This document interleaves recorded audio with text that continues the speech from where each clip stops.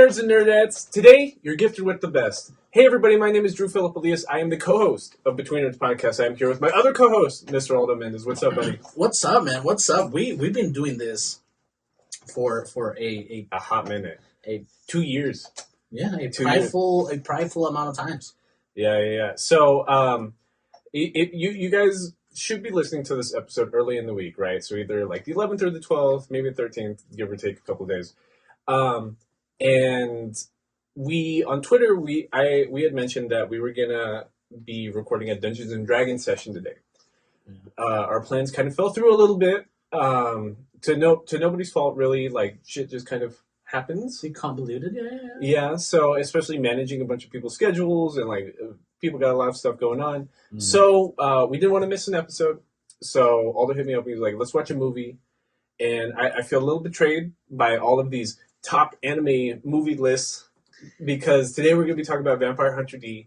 And on the back burner, whenever our dungeon master that we were trying to schedule with, whenever he's available, we're going to try to do the Dungeons and Dragons session again. Correct. And that was one of the drives that we used to give you guys video to watch this show. So if you want to hear it, it's in all podcast platforms. But yeah, I mean, it sucks that happened, but you know what I'm saying? We gotta put out content. We gotta do something. And like you were saying, this list of movies, obviously, I don't know, man. Revisiting things is a lot different than just talking out of your ass. Especially like experiencing things for the first time. Like, anyway, but before hold on. Before we get started, if you want to enter our monthly giveaway. I think this is the first time I'm saying this for the month of July. Please leave a 5-star written review on Apple Podcasts. 5-star written review, and then email us at betweennerdspodcast@gmail.com, letting us know that 5-star written review is you, and we can get you some hand-picked nerd shit. We will pick one lucky winner for the month of July. I mean, today's July, right? Yeah. Yes. For the month of July, and get you something cool. You like Harry Potter, we'll get you Harry Potter. You like, I don't know, Vampire Hunter D. We'll try to find you something Vampire Hunter D. Yeah, I don't think we're going to find any of that. And if you don't use Apple Podcasts, you can also enter a monthly giveaway by being a subscriber on YouTube and leave a comment on any video during the month of July, and that will also enter you into our monthly giveaway. Mm-hmm. Yep, and it is episode 100 today. Episode 100, yeah. It's today's July 10th. July 10th. So we're getting close to the end of this season. We're still 20 episodes away from the end of this season. And when I say 2 years, like I really think that the first half of July has been 2 years, because when we did what did we call it? Did we call it a soft intro? We didn't call it episode 1 or episode 0. We had like a pilot. A pilot. Thank you. We had a pilot episode at the time with Lloyd Parker. And we sat here in this house, the same exact house that we're in right now. And except for we were in the room next door, we were in the living room. I was just told to come over, have beers, and we were just going to crowd this mic and just talk out of our asses. Mm-hmm. It was like a really like entertaining hour and a half. And not just entertaining like to listen to. I feel like I cringed listening to our old audio because we clearly didn't know what we were doing, right? We still don't. Like we're still super amateur. We're learning, yeah. But it was fun. The process was fun. Absolutely. Yeah. And I think that's what hooked us on it. Mm-hmm. Because like I remember like that month a lot because Lloyd kept the audio. He didn't want to do anything with it. He wanted to just kind of sit on it, but you were really excited and like you took it upon yourself to like start making the RSS page at the time because our podcasting platform was RSS at first. Correct. You made us a Twitter and just a bunch of stuff. So I really think it was you that got the ball rolling and just like started pressuring everybody to start not take it super seriously. Like obviously this isn't a job or some shit, but like start just serious enough so that we could actually put out content. Yeah, because again, I don't know. I honestly. This is probably the first time I ever watched this movie. Vampire Hunter D. But yeah, Vampire Hunter D. I really like the monster aspect in a lot of movies and in comic books and stuff like that. But this didn't do it for me, man. I don't know how much of the hype it has behind. I feel like I'm stepping on eggshells here. I feel like I'm talking about Cowboy Bebop. but with a little bit more. So my whole Retain. spiel about like feeling nostalgic about the podcast, we're just gonna skirt past all that, and you just want to get straight into it. I'm sorry, bro. Hey. I'm sorry. I'm excited doing this podcast. No, it's episode 100, and that's what I was gonna go. Oh, with. I'm sorry. Did I cut off your segue? I'm sorry. Well, yeah. I mean, it's okay. We do this shit all the time, but to review something like this for episode 100, for me, it feels a little bit like I could have done better for the baby. Mm-hmm. You know, this baby that we've been raising for 2 years. Right. But that's why we're here. We're here to give you content, and it does. So we dropped the ball, like reviewing this for episode 100, like because like episode 100 is a big deal, and I was thinking about while watching it. Like I was excited for the D&D session, just something different, just something like a standout kind of non-typical episode. But like we watched something that's basically like throwaway content. So I get what you mean. I get what you mean. And again, the process is fun to talk about the anime itself. I still look forward to this conversation we're going to have about it because I want to hear what Drew thinks about it. But it would have been a lot of fun to play D&D. We're also working on how will we show that to you guys, or how we're going to, make it a little structured more deliverable to them, to you guys, to the listeners. But yeah, I don't know. I'm happy to be here though. Episode 100. I wish we had a better party for you guys, but we're always here. So if you guys want to celebrate with us, again, leave reviews, send us emails, grab yourself a water, and listen up. Exactly. I hope you guys are listening to this, Jim. I hope you're being productive while listening. I hope you're listening to this at work so that you can be not productive. I hope you're listening to this when you're bored. I hope you're listening to this to fall asleep. I'm just glad that we're gonna get 6,000 downloads soon, just on Podbean. That doesn't include our old RSS downloads. Like our YouTube, June was our best month ever for our YouTube channel. And again, we barely started like uploading frequently on YouTube like May. Absolutely, yeah. And we have like 19 subscribers, so please subscribe, comment on YouTube as well. Give us your suggestions. We're going to be here all week watching fucking anime. We got, Trigun next week? Trigun next week. We're getting ready for the movie. Right. It's not a movie. Oh, it's not a movie? It's a show. It's a series. Oh, it's a series. Bleach is getting the movie. No, it's also a series. It's also a series. Oh, shit. What am I thinking about? Dragon Ball? Dragon Ball Super. Dragon Ball Super, that's what I'm thinking. The new Dragon Ball Super movie is the worst performing Dragon Ball movie in Japan ever. Right now? Ever. Jesus. Ever. It's dog shit, apparently. Dragon Ball Heroes, I'm probably still going to watch it, but apparently it's dog shit. Well, that's a good segue for this movie. Can't be worse than Elvis. Than Elvis? The Elvis movie? Oh, yeah, fuck that.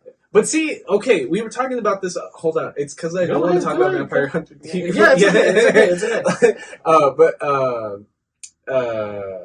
So me and Karen were seeing that Thor Love and Thunder was getting like mixed reviews on like Twitter and stuff like that. So I looked up like the Rotten Tomatoes like review for it, and it's whatever. It's like 80 something. Okay, it's average. Like it's not the greatest movie ever made. But like then I looked up the reviews to the Elvis movie, and dog, it's like 90 something %, and that's like the worst movie I think I've seen all year. You've seen it already? Yeah, I saw it last weekend. Okay, yeah. I wouldn't expect anything less than that. I mean, but dog, it's rated like 92%. Yeah, but like the critic review is high, the audience review is high, and like both of those reviews are higher than the Thor Love and Thunder one. And I don't understand how. I feel like that movie was so fucking just weirdly structured. Like the acting's great. Like the main actor that's playing Elvis, like he did an amazing job. He's the best part of that movie. But like the rest of it is just super like a jumbled fucking mess. When I hear people talk about the reviews, you usually bring them up. Usually bring them up when we're talking about something like that. It's like, oh, Rotten Tomatoes did this, and the audience was this. Yeah, but like then again, Rotten Tomatoes and I don't know any source of like rating besides maybe a YouTube channel that I will go to, like a YouTube channel you respect. Yeah, exactly. Yeah, not just any YouTube channel. But if I'm gonna listen to a review, I would like to hear from this one dude than just like a study.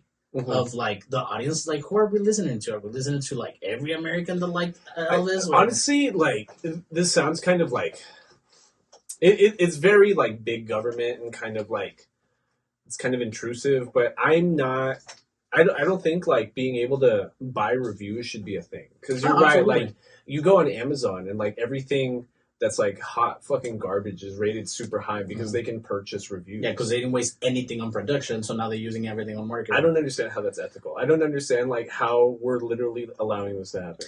And there's, for example, in the Mexican movie theater Cinépolis, I don't know if you're familiar with it. Nope. The branding of the theaters. They used to have, well, they still have this Cinépolis logo of approval for a good movie, and those were kind of legit sometimes. Right. Okay. But now they're just dog shit. It feels like they're selling that seal. Do you remember the channel G4? Yeah. Like G4, it was Old just school. nerd content. Nerd content. It was an extended cable, like a premium cable TV channel that was just doing nerd content. Like It was always like top 20 best games yes, ever. they had like live coverage of E3, the Electronic Entertainment Expo. They were reviewing like animes and like Harry Potter stuff and just like nerd. And they would play like the Battle Robot little show thing, just a bunch of stuff like that. And like once you're right. Once I started realizing that like they were rating things that were dog shit as like a 4 or a 5, I was like, something's going on. And then like a year later, the channel died. Yeah, and I feel like that happens a lot, especially with Rotten Tomatoes. Do you think we'd sell out? Like if somebody told me and you, like we opened our email, like a legit company's like, yo, we'll give you $1 million to split for you guys to do a whole episode on like some dog shit, and you have to speak well of it. Do you think we'd sell out? $500,000 each. I think that will be sad about our performance because I wouldn't be able to sell it to you. I'll be You like, don't think so? I'll be like, well, it's cool, but I can be full of shit for $500,000. Yeah. I don't know. I can totally like be full of shit for $500,000. so, like, absolutely. Like if you guys ever see sell me Eternals right now for $2. Okay. Do you like attractive people? I like attractive. Do you like people. superpowers? Yes. You should watch Eternals. Fuck. I guess the point we're trying to make is please give us $1 million. We will 100% take it, and we will try our fucking best. We will sell your shitty brand. We will anyways, selling shitty brands. Vampire Hunter D, right? Vampire Hunter D, you absolutely fucking hated it. Like the second you finished it, you texted me and you were like, "Yo, that was hot garbage." And I don't think it was that bad. Like I can understand. See, it had me. It had me for a little bit. Like I was saying earlier, I do like the monsters aspect. I love the old school monsters. You know, Black Lagoon, Frankenstein, all that stuff. Dracula, Bram Stoker, Stalker, whatever his name is. You know, creating Van Helsing, seeing the Hugh Jackman Van Helsing movies. You know what I'm saying? I never watched those. It's okay, but I can name you a recent monster movie that is way better than this, and it's Hollywood. It's called Dracula Untold. I've never seen it, and it's fairly recent. I feel Dracula like movie. The first thought I had while starting Vampire Hunter D, the 1985 version, is that like I miss horror writing like this because like I miss monster gore, even if it's cheesy. You know what I mean? Like you know it's cheesy, you know it's bullshit. It's the Vampire Hunter D's like watching Castlevania. Not really, man. Like Castlevania put me in the mood, bro. Especially when you're raining blood on Catholic people. Like that's dope. I like. I'm not talking the show. I'm talking the game. Oh, the game. Oh, like well, the game like too. the original games. Well, the game too. The games are awesome. I love the Castlevania. That's what Vampire Hunter D reminds me of. But see, Vampire Hunter D. It's such a weird name for me to say. Vampire Hunter D. Vampire Hunter D. It's it had me visually. I feel like it didn't have me visually. I feel like it had me everything like for a second it had me visually, and then it had me on the plot, and then it lost me on both. Like probably right when we meet D. I like the way horror was written in the 80s because like it reminds me of the original Castlevania games. It reminds me of Berserk. Like obviously Berserk's better. That's not what I'm saying. But like the style of monster, the style of animation, the super grainy, hand drawn, like big sword, like tall, like long haired people. It's scary. It's always vampires. It's always demons. It's always like I miss when horror writing was like that, and it was like it's fantasy horror. You know what I mean? I feel like so much horror we grew up with, especially in Hollywood, was like glamorized, like humanizing of horror characters. I'm thinking almost exclusively of like the Twilight series. Okay. You know what I mean? Like bringing somebody like a vampire, like Dracula, something scary that lives in a castle, and like dumbing it down to the point that it's like it's what would happen if you fucked a vampire? Like I don't give a shit. Like, Can you let me see a vampire be a vampire? yeah, let me see gore. Let me see guts exploding. Let me see. See, and maybe I'm being too hard on it, but when I'm watching it, as you know, minutes go by the movie, the music is good. It puts you in great scenery, great drawn scenery. But like the moments of there's nothing. I don't know. There's nothing within the dialogue that amazes me. Like it's so jumpy. Not at all. It's so jumpy, and it feels like you want more from it, but you're not getting any of it. It feels really basic. It's like listening to fucking Skyrim NPCs. It's just like, oh, I hung out with him once, and I might be falling in love with him. Like, it's very like saucy for 1980s court. Like, imagine some like the bad dubbing in Speed Racer, but make it horror. Like that's Vampire Hunter D. It felt like that at times. He had a lot of like it almost doesn't make sense following the sentences. Exactly, because it's like, oh, you're here. I'm so sorry I tried to hurt you. And that was like 2 seconds after this bitch tried to kill them. Yes. But that's not even the crazy part, because the crazy part, because the part that he really had me was at the beginning. And like the animation, I'm like, oh, wow, we're following a girl in this anime titled Vampire Hunter D. Is like, that's cool. Yeah. I already like that. It seemed like she had, skills. I'm like, okay, I'm going to follow this girl. But they kill her off at the beginning, which is... It connects it to the plot. They do? Yeah. Who? Well, Dracula. They don't die? Well, she doesn't die, but she becomes his wife. That's the mom of the blue-haired girl later.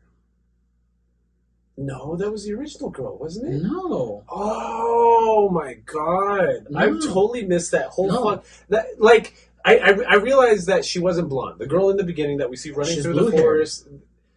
Fuck, I'm so stupid. I thought maybe it was something about it being at night, the lighting, like it was because we're following a different like blonde-haired girl character this entire time. That like when we see the blonde girl and Vampire Hunter D, yeah, that's 50 years from the wow. beginning part. Wow, I'm so stupid. 50 years. I'm so stupid. Yeah.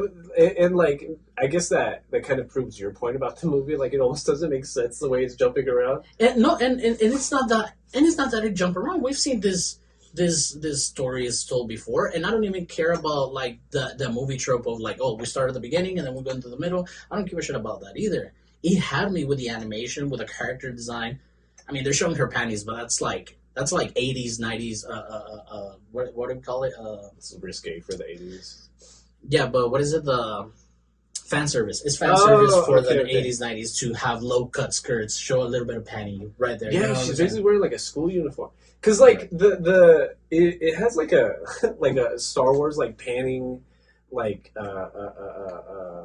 text intro, right? In a not so distant future. No, in a far distant future is how it put it. Oh yeah, that's right. It's like in a far distant future after a nuclear holocaust, and everything resets, and like the idea of a nuclear holocaust ups evolution to the point that within 10,000 years you can get vampires and werewolves and stuff. Like it turns into a fantasy future. Like yeah, because even the scroll credits of the story is telling you like now demons and mutants live within the human world. Blah blah blah blah blah. And what I think about which is cool. What I think is funny about that is that like literally like it must have been like 2-0 Wednesday.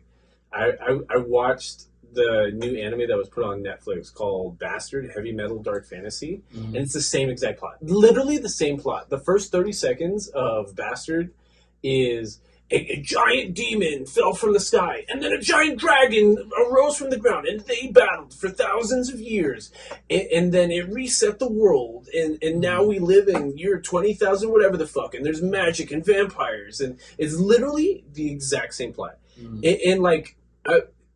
Vampire Hunter D reminds me of like a shittier version of like a lot of things I love, and I think that's why I want to give it credit. Mm-hmm. It reminds me of early Castlevania. It came out like 7 years before the original Castlevania games. It Mm-hmm. reminds me of this Bastard thing, which I'm not saying I like Bastard. I thought it was pretty corny and cheesy, but this came out like Vampire Hunter D came out like 9 years. The manga did before Bastard. Mm-hmm. It reminds me of like a way shittier Berserk kind of. Mm-hmm. Yeah, absolutely. And it came out like 7 years before Berserk. It's like I could see it being the not necessarily the inspiration, because like obviously these are all based off of like these old Dracula books and stuff like that, and like Bram Stoker's books. not North American horror and Gothic literature. You know what I mean? It's clearly they're all these projects are based off of that, but I could see Vampire Hunter D being like one of the original like goes at it in the 80s, and a lot of people being like, I could do that better. Like that was so inspirational. I could do that better. Yeah.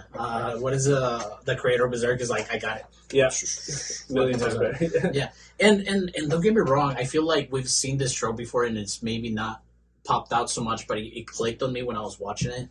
This Catholic Bible apocalypse setting. So where you bring that up all the time. well, no, like the. Oh, I thought you just said you don't bring it up enough. No. I'm not saying that, but like I feel like, for example, in Vampire Hunter D, in episodes of Rick and Morty, in what is the 80s? Well, it's not that. Like literally every horror, Mad Max. Every horror movie is about Catholics. Like literally every like blockbuster horror movie is about Catholics. I guess what I was talking about is the trope of like demons like living with the humans kind of setting. Oh, okay. Which is really cool, and then also set in the future, so they have like technology. It's almost like they're shooting cyberpunk. They're shooting monsters with lasers. Yeah, it's fucking crazy, and the lasers look kind of whack. They look pretty terrible. They make weird sounds. They look super laggy. Yeah. Fuck, dog. So the beginning, the Yes. part I was confused on was that credits roll, and then all we see is like a girl like hunting, trying to capture like a demon in the woods that looks like a T-Rex, but it's also like a long neck dinosaur, like Stegosaurus, like a brachiosaurus. Well, Brachiosaurus? Stegosauruses are the ones with the spines on the back. True. So like you know what I mean, like a long neck fucking dinosaur, but it's got like the body of a T-Rex because somehow like this nuclear apocalypse has like made dinosaur demons in the future or something. But she's harvesting it. She makes a trap. She captures it with light. It kills her horse because even after she blows its head off, like it comes back to life. And that's what I mean about the gore. It's kind of scary. Like it's a little scary, a little bit. Like the monsters freak me out, kind of. It's alright. I like the parts where there was blood. There was like one part that I didn't like that it had blood, and I think it was like later on when he's fighting that massive guy and he cuts off his arms and it's just like. I thought that was cool. Really? I thought that was so cool because like there's a lot of decapitations, a lot of like beheadings, a lot of like severing of limbs, and whenever that happens on like demons, it feels like they had the go away to make whatever organs. You know what I mean? It's a fucking magical creature. I can put giant bursting green orbs and what looks like acids and poisons and blue bursting whatever the fuck coming out of their arms. And that's what I mean about the gore. Like the monster gore looks really, really fucking cool to me. And what it seems to be a first act of the movie ends completely like In like 30 abruptly seconds. in 30 seconds within the like not 30 seconds, like 5 minutes into the movie, because I now think less than 5. Yeah?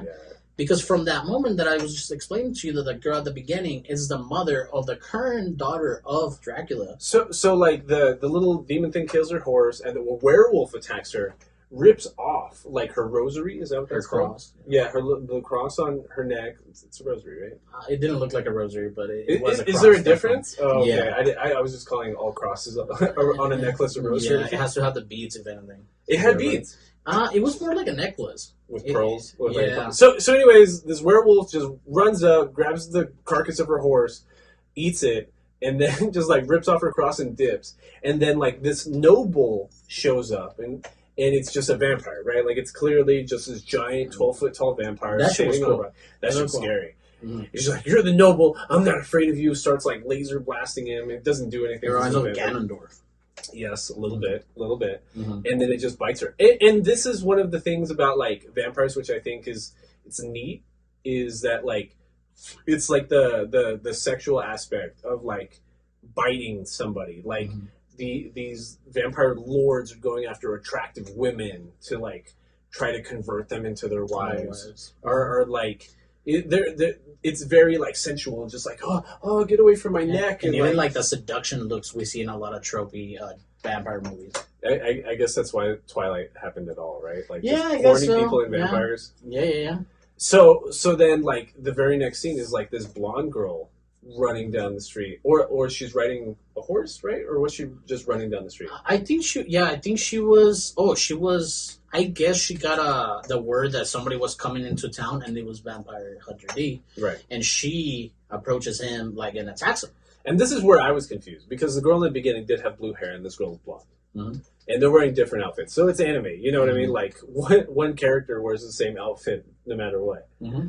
And this outfit's also kind of funny, because it's like, if the other one was like clearly like a play on a schoolgirl uniform, even though we live in a post-apocalyptic future where like there's probably not civilized Japanese school. One. It's not. It didn't even look like a maid outfit to me. She's wearing like a leotard with a half skirt over it. So like she's wearing a one shoulder strap leotard. So the leotard's like showing off like the top of her thighs and everything. But then she has like a skirt that's like cut diagonally. So like her left thigh is still exposed, but it's just like covering her right hip. Yeah. I thought she was wearing an apron. That's what, like a little short apron on top of that red shirt. I didn't get that like at all. I didn't know what the fuck. And that's what I'm saying. It's a super random like character design. I didn't know what the fuck was going on. And if it's the 80s and I'm watching this, I'm like, hey, that's cool. We're still in I'm still in. Like at this point of the story, I'm still in. Yeah. So then we see D. Yeah, on his horse. On his horse. On a giant metal horse. He looks dope as hell. Van Helsing aspect to him. Yes. He's and this is where I'm excited, because I'm like, I like the Van Helsing stories. I like when he's involved with Dracula. You know what I'm saying? It's with werewolves and shit like that. Like, I like that shit. I know that this guy's gonna be a badass. Yeah. But then he doesn't talk. No. We don't even see his eyes for like 2 minutes after his introduction. There's nothing. Like, all the girls talking about is like, oh, I was bitten by the Count, and I don't have that much time. And she's wearing like a choker, and like it like. But another part that reminded me of Castlevania, she pulls out a whip. And she's like, I bet you're a fake hunter, and like pulls out a whip that has like 3 magical lightning ends on it. I don't know what the fuck it was. Some Catholic magic. Yeah, some Catholic magic, and like it wraps around his wrists and his neck, and she's like, "See, you can't get out of this. You're a fake hunter." And then like without even moving a muscle, it just like snaps and breaks. And the whip thing reminded me a lot of Castlevania. Yeah, absolutely. The whip is amazing. I don't know why we're hunting vampires with whips. See, that's some Catholic bullshit. That's some Catholic bullshit too. Yeah. Just like they're all repressed. They can only make babies they can only fuck for the sake of making babies, and like the whole infrastructure for the Catholic Church is a bunch of pedophiles. Absolutely. So they're just out here thinking of whips all the time. I don't know, but yeah, like he like jumps down off his horse and like gets really close, like he's gonna kiss her or something, and like pulls down the choker she's wearing and sees like the 2 bites, and it's just they name it something weird too. It's like kiss of the Count or something. The kiss of the Count. Yeah. Again, like sexualizing the act of like a vampire trying to convert you and like eat you.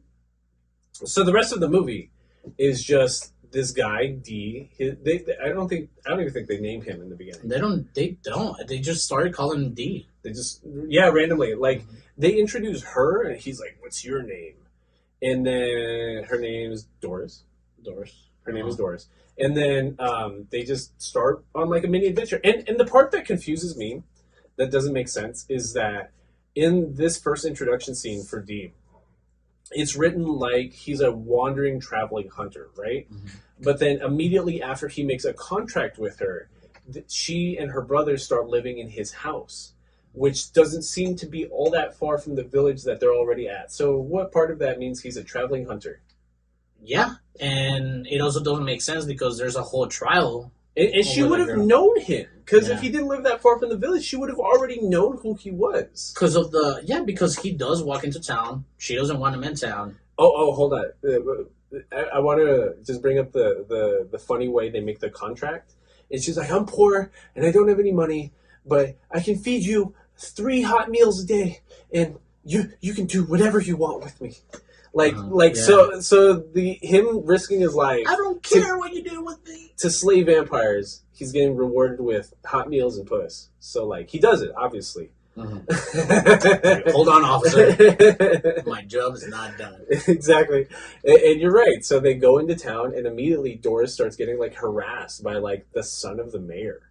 He's big dude, big pockets. He's just trying to like Big gaudy, like pink purple suit. yeah. He just wants to smash puss through his wallet. You know what I'm saying? Yeah. And he's trying to get this girl to go with him because he knows that she got bitten. And he just starts goading her. He's just like, come with me and like you can hook up with me and I have more resources than that bum ass hunter you hired and just being a piece of shit. And then again, like she pulls a whip out, just starts like she punches him first because he has her like pinned on the wall, punches her, and then he's like, "You son of a bitch! You don't think I'll hit a girl?" And then she just like pulls the whip out, and, like trips him, and just like it's kind of slapsticky. Yes, I am glad I didn't see her get struck because I don't know. It's like, come on, we're gonna do this too. You know what I'm saying? Like, I'm glad that she was able to defend herself. Yeah. Because at that moment, I'm like, oh, don't tell me she's gonna get fucked up. Like, like remember all those other anime movies from the 80s? There's always girls getting fucked up. That honestly, that's always the first scene that fucks me up in Akira. Is when the one of the girlfriends just gets the shit beat out of her by one of the rival gang members. Yeah. Always hate that scene. That's always like the first time I'm just like, oh, this movie's. And then maybe because the dubbing of this movie was not great either. No. And I feel like if we're missing like some substance to like the actual Japanese one. Yeah. But it seems like we're not because after we go to the sheriff station because we have one, and they're like, "Don't worry, I'm gonna go kill that guy, and then I'll give you the girl." Yeah, they're having like a mock trial in like almost like City Hall or something. Like the mayor's there, the sheriff's there, the town doctor's there, like everyone's there. And now they're seeing the bites as like like a fucking like a pandemic kind of thing. Yeah. So they're gonna put you in a fucking concentration camp. They're gonna put you in some like abandoned shed on the outskirts of town, and then the doctor's just like 50 years ago when this happened, we put this girl in that shed, and then the count was so upset with us that he murdered 30 people that night. See, and then this goes back again to like the original like Dracula stories when they kill his wife, when the town kills his wife, and all this stuff, and it's still cool to me at some point, but it just starts losing me around here, because after that we meet the knights. So this is how they planned out the story. We have to initiate a battle. So the plot and dialogue goes to, okay, we gotta go back to my house, which is protected by some sort of like house. like high tech tiki sticks. To Dee's house. To Dee's house. Yeah. And they have like a perimeter, the holy perimeter that no demons can cross. But then he's also got like this high tech fucking futuristic like switch system in there that's like gonna wall up the house or whatever. Correct. And they're like, okay, so it's full moon today. It's the end of the month. Next moon. Well, but right when they're before they even leave the town, she tries buying her usual because she owns like a farm or whatever, right? With her younger brother who looks like he's like 9-10 years old or some shit, and tries just getting the usual like fertilizer and whatever they need around the house, and they don't want to sell to her again. Like she's a pariah, like because she's leopard. Yeah, like a leopard because she's been bitten by the vampire or whatever. And then outside in the cart, it's Dee and her younger brother, Dan. And Dan's like sobbing and crying. And like, this might be like the second time we hear Dee talk. He's just like, listen, it's fine if you cry, if you let it all out, or if you get angry, however you need to deal with your grief. And I like that moment, dude. I like that time in the plot. Yeah, he's just like, you can deal with it however you want, but the second your sister comes out here, like, do not show that shit. Because, like, this is hard enough for her, and I need her to be strong the next couple days while I'm trying to deal with this, so yeah, keep it together while she's around. Yeah, he's like, you just shut up and cry and don't say a word or something like that, because that's... And it hits weird, because, I mean, now that it's 2022, that we're trying to listen to men's feelings, it's... It's cool. You're right, because it's real. Because it's like you having feelings. There's nothing wrong with it. There's nothing wrong with it. Like that's fine. That's normal. But if anybody asks, say you're okay, because that's what men do. Exactly. Yeah. You got to be strong for your sister right now. Yeah. because like this, you can't make this harder on her because we're in like this tricky situation. So you're right. Like later that night, they go to his house, they're chilling, and then what we start seeing is that Dee's having like a conversation with somebody. I thought it was the sword at first because he's putting up his gun, which we never see the rest of the movie. He's putting up his giant, like 12-foot long sword that he carries on his back. It's a German sword, apparently. Is it? Yeah, a German long sword. That's pretty cool. So then, like, you hear him talking with somebody. He's like, "Oh, that girl said you could do whatever you want with her. That's the only reason you took this contract, because you just want her body." Like, come on, say the truth. You're as dirty as me, or some shit like that. Yeah, I thought he was talking to the sword. I'm like, "Yo, this sword's evil. What the fuck?" So, and then I thought it was maybe some evil contract that he has with the sword or something. But it ends up it's his left hand. It's his unnamed left hand demon character that lives in his left hand. It's only called left hand the entire time. And they get like invaded, kind of. So it's that situation you're talking about where they're getting like this false full moon, and these like vampires will think it's impure to eat somebody tonight. So tomorrow night. Tomorrow night. So that means they're going to attack you tonight. Correct. So we get like werewolves attacking the house and mutants and like the daughter of like the vampire that already bit her. And even the as simplistic as the werewolf was animated, like I liked it more than the character designs for the mutant and the Count's daughter. The mutant looks stupid as fuck. Yeah, I didn't mind the Count's daughter. I didn't mind the Count's daughter. You didn't mind that fucking like 10 forehead? She looks like a queen. Like she's got like this huge like crown like wrapped around her head with this big embossed jewel. Like, don't get me wrong, she's got like short hair and like this big ass fucking forehead. Yeah. But like it almost looks like Egyptian like royalty because she's got this big gold like crown. Well, it's not even like a crown. It's like this wrapped piece of metal with like this giant blue embossed gem, and more than that because it's like so much bigger. But then like she's wearing like these big embossed gold like chokers, and like her outfit is like these light silk looking fabrics with again gems and gold on it. Like she looks like Egyptian royalty. Maybe I was too fixated on the forehead. But you're right. She did look cool, but I was just like, Jesus Christ! Like I'm looking at a third of forehead on this fucking screen.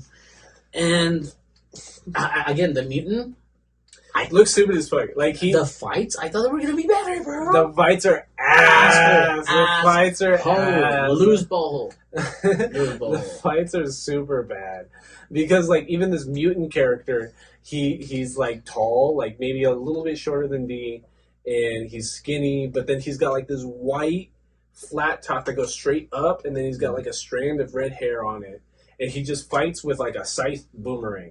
And nothing says mutant, nothing says demon, nothing says remotely evil, just besides the fact that he's like, hey.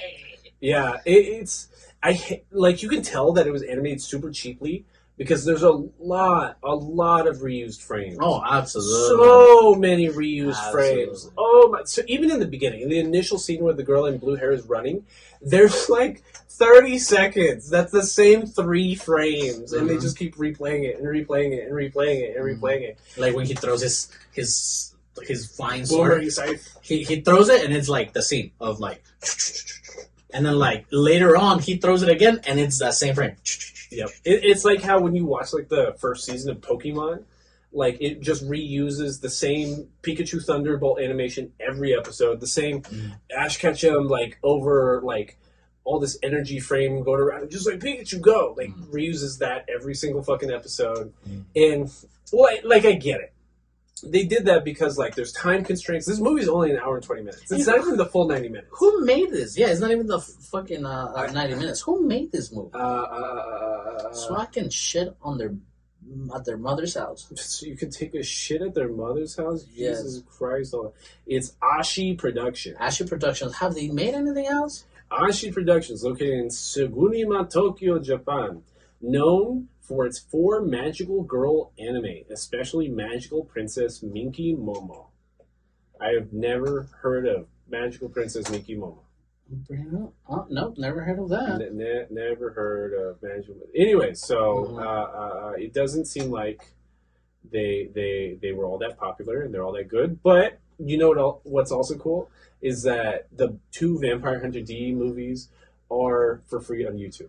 Yeah, they are for free on YouTube. So if But you that guys want tells to me- watch that after you guys listen to this, then go ahead. Or you can watch the movie first and then listen to this on YouTube and then leave a comment. But what that tells me is that like they're desperate for like any traction, Interaction? for any traction on their fucking products. I just know if enough people watch this, It's finally gonna hit. It's finally gonna. Well, I was just reading an article before we started. and I was gonna bring up this article. You were just reading the article. Yeah. Said like things like a classic, you know, a vintage classic. I don't think so. Because like apparently this movie, even though this dubbing came out in 1985, the movie didn't make it to the States until like the 90s, right? Mhm. And at that point, there was nothing else in theaters like it. So for like a third party, like out of country release, In a growing community. in a growing anime community in the States, this was the only thing out there remotely Like like it that's even available. Like, you imagine how impossible it would have been to like import VHS tapes. Like, They were expensive back then. that's what I'm you know? saying. You couldn't fucking import this movie from Japan. So like, just it being available, it's like what we bitch about with the Adult Swim and the Toonami effect. How like there's so much more anime that came out in the 90s and the early 2000s. And you decided to show this for. Right. So like a lot of what even our audience, our friends, what they're like, oh, you got to talk about this and this and this and this, and it's just like, dog, like it's not as good as you remember. It's just because it was available. Like I promise you, like it's just because it was available. And as we're talking about Vampire Hunter D, honestly, I'd rather you watch Cowboy Bebop than 90 minutes of this. I almost picked the Cowboy Bebop movie.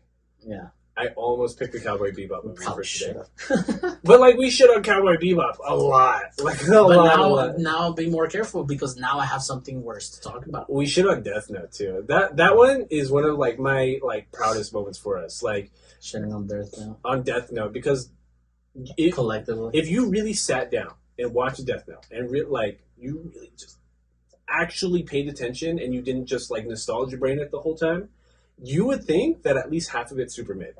Like everything after what's his name, L dies is super mid. Yeah, well, is super mid. They tried to redo that show again. Yeah, with 10 episodes left. Yeah, which doesn't make any fucking sense.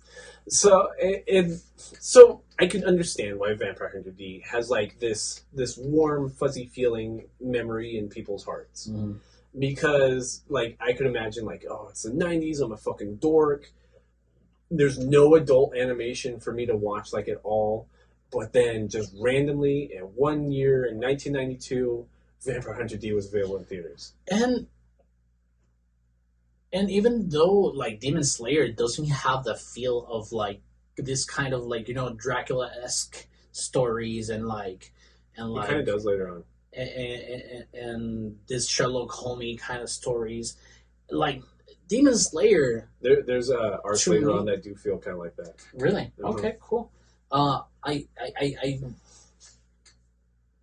I just want people to see more of Demon Slayer if you're looking for something like the same sauce as Vampire Hunter D. If you came at me and were like, I want classic horror in anime, I would pick. Fuck, I don't even know what I would pick.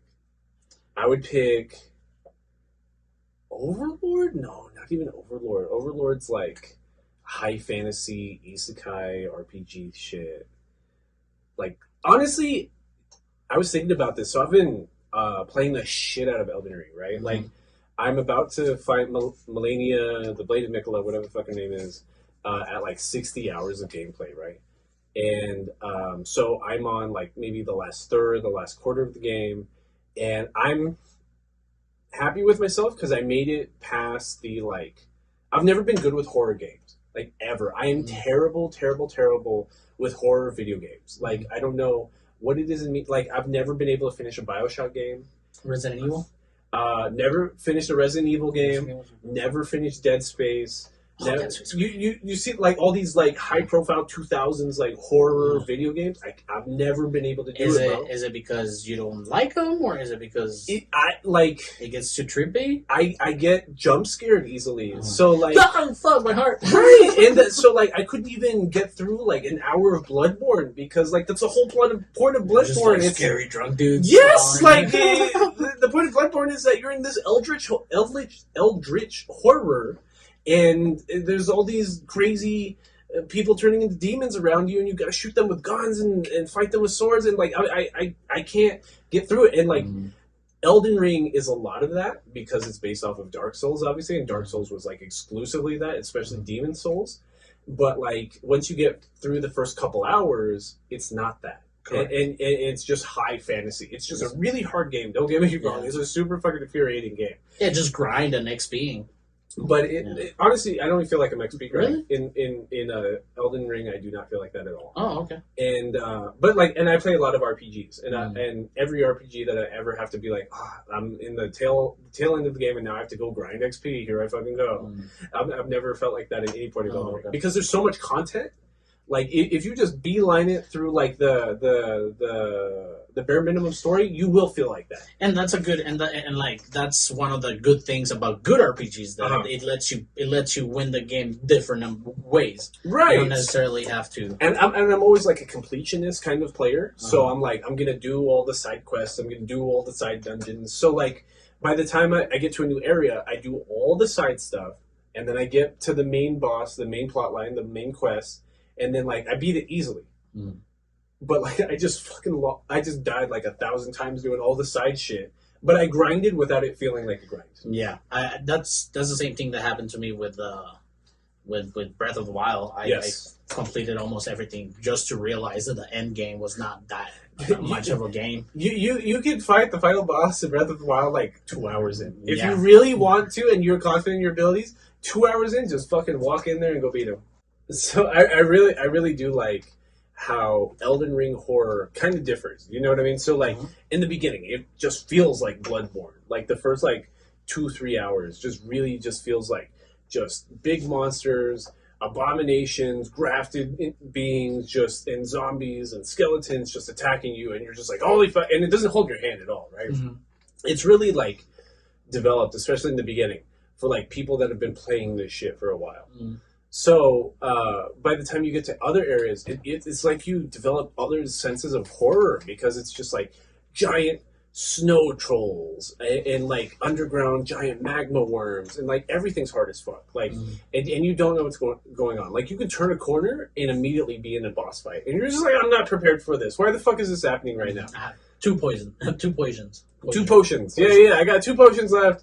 My summon's already spent. Like and another thing about Elden Ring. It has nothing to do with Vampire Hunter D. I just want to talk about Elden Ring. Hey, it's your podcast. It is that there's like a lot of people that have like grown up with the Souls series and like starting with Demon Souls and stuff like that, that they're just so in love with this hardcore RPG aspect that like Elden Ring does have a lot of really cool like features and like magics and like incantations and like all this other stuff that to help you with how hard it is. And there's still like this very very very hardcore sect of like gamers that are just like, no, if you do anything to help yourself, it's not just you and a big sword and rolling and dodging, then you're a fucking pussy. You don't deserve to enjoy this game. Magic.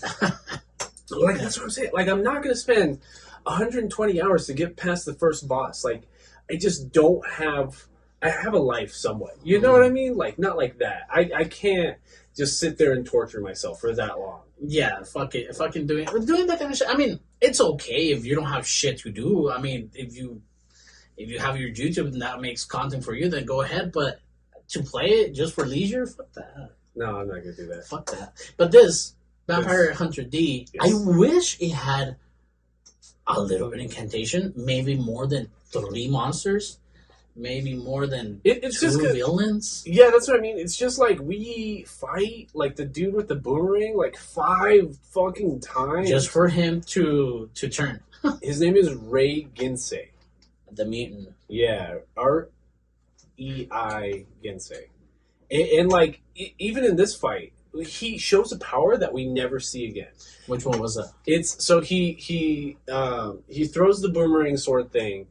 D pulls out his sword and like juggles it like in the blade, and we see that piece of animation reused like 20 fucking times. Mm-hmm. And then like D like stabs him in the gut, and he's just like, "Oh, how'd you get here?" And then it turns out like D's blade is actually like piercing him through the back. And he's just like, "Oh, are you the mutant I've heard about that could change the space reality or something?" So like he's switching the realm of space where he's getting stabbed and like putting the stabbing in D, and then we never see that. Salvador doing the thing, the deal thing. Yeah, so we don't, and then we never see that power ever again. Like D heals himself and he's like, "Yeah, I'm actually half vampire." Blah blah blah blah blah.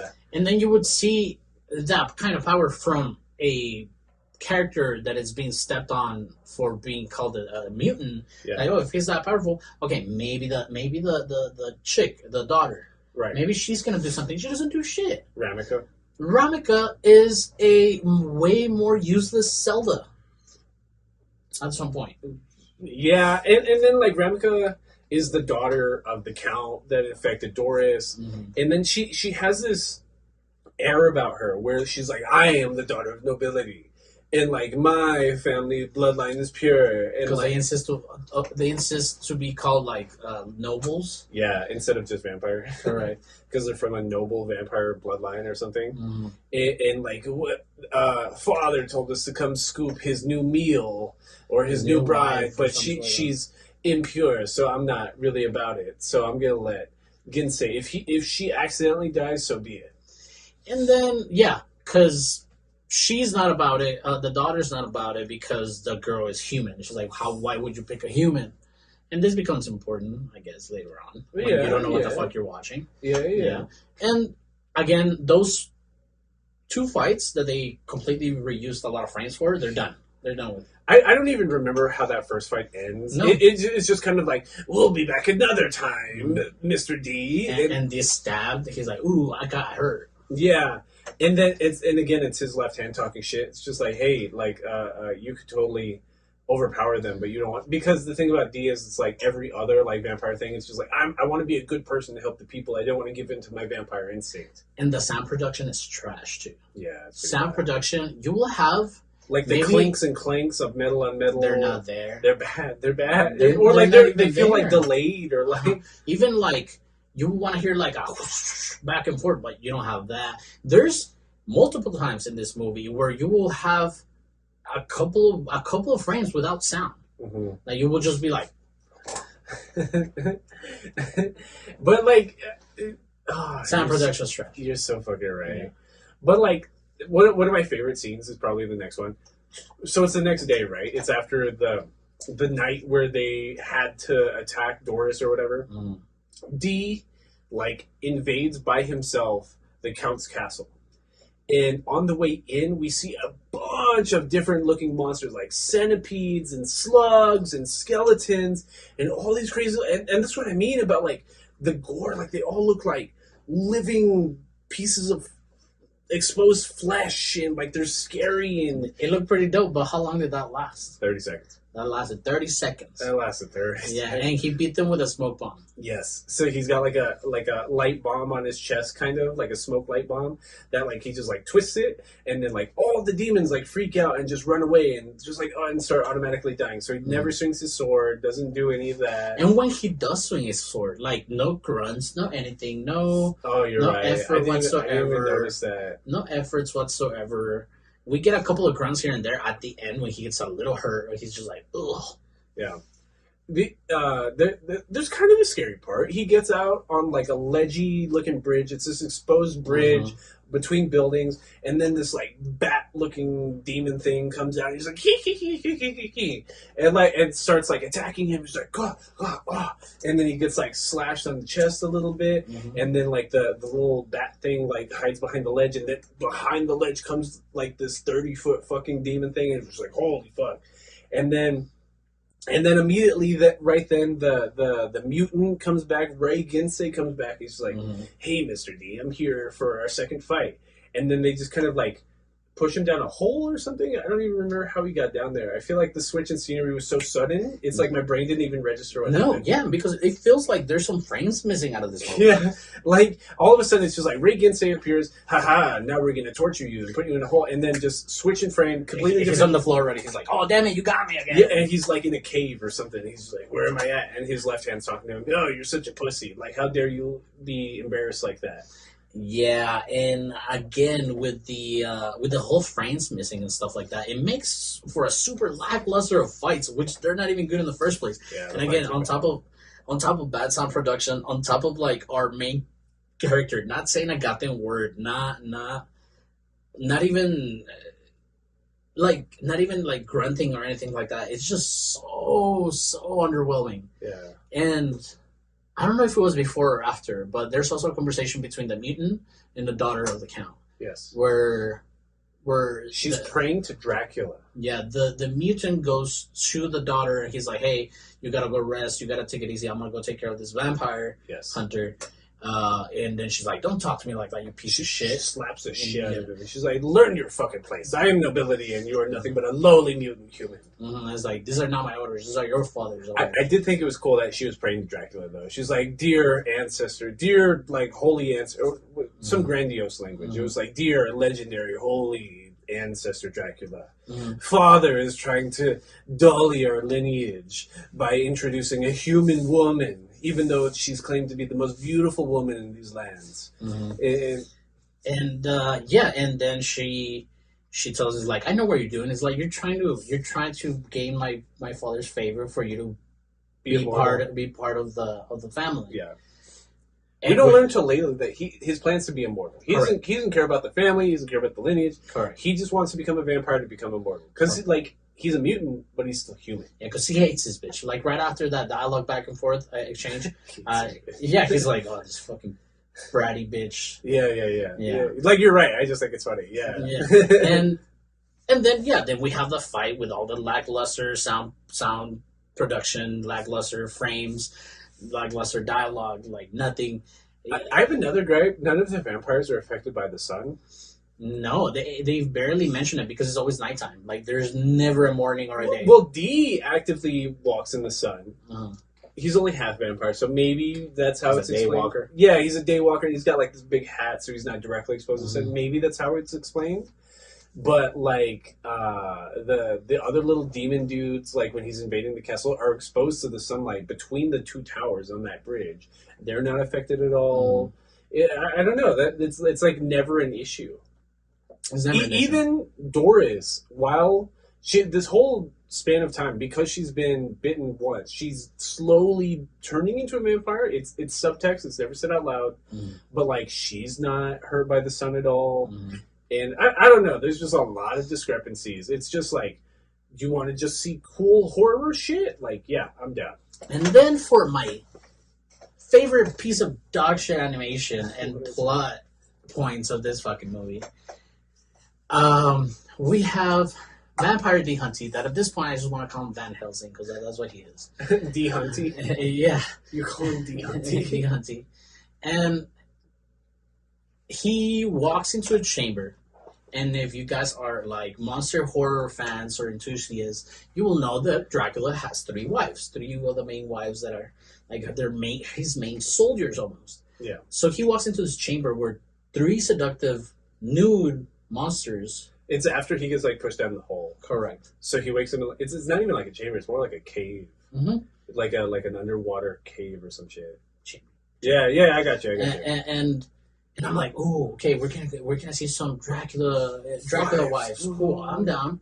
No, it's 3 Medusas. They turn into 3 big ass snakes, a la Hercules Disney.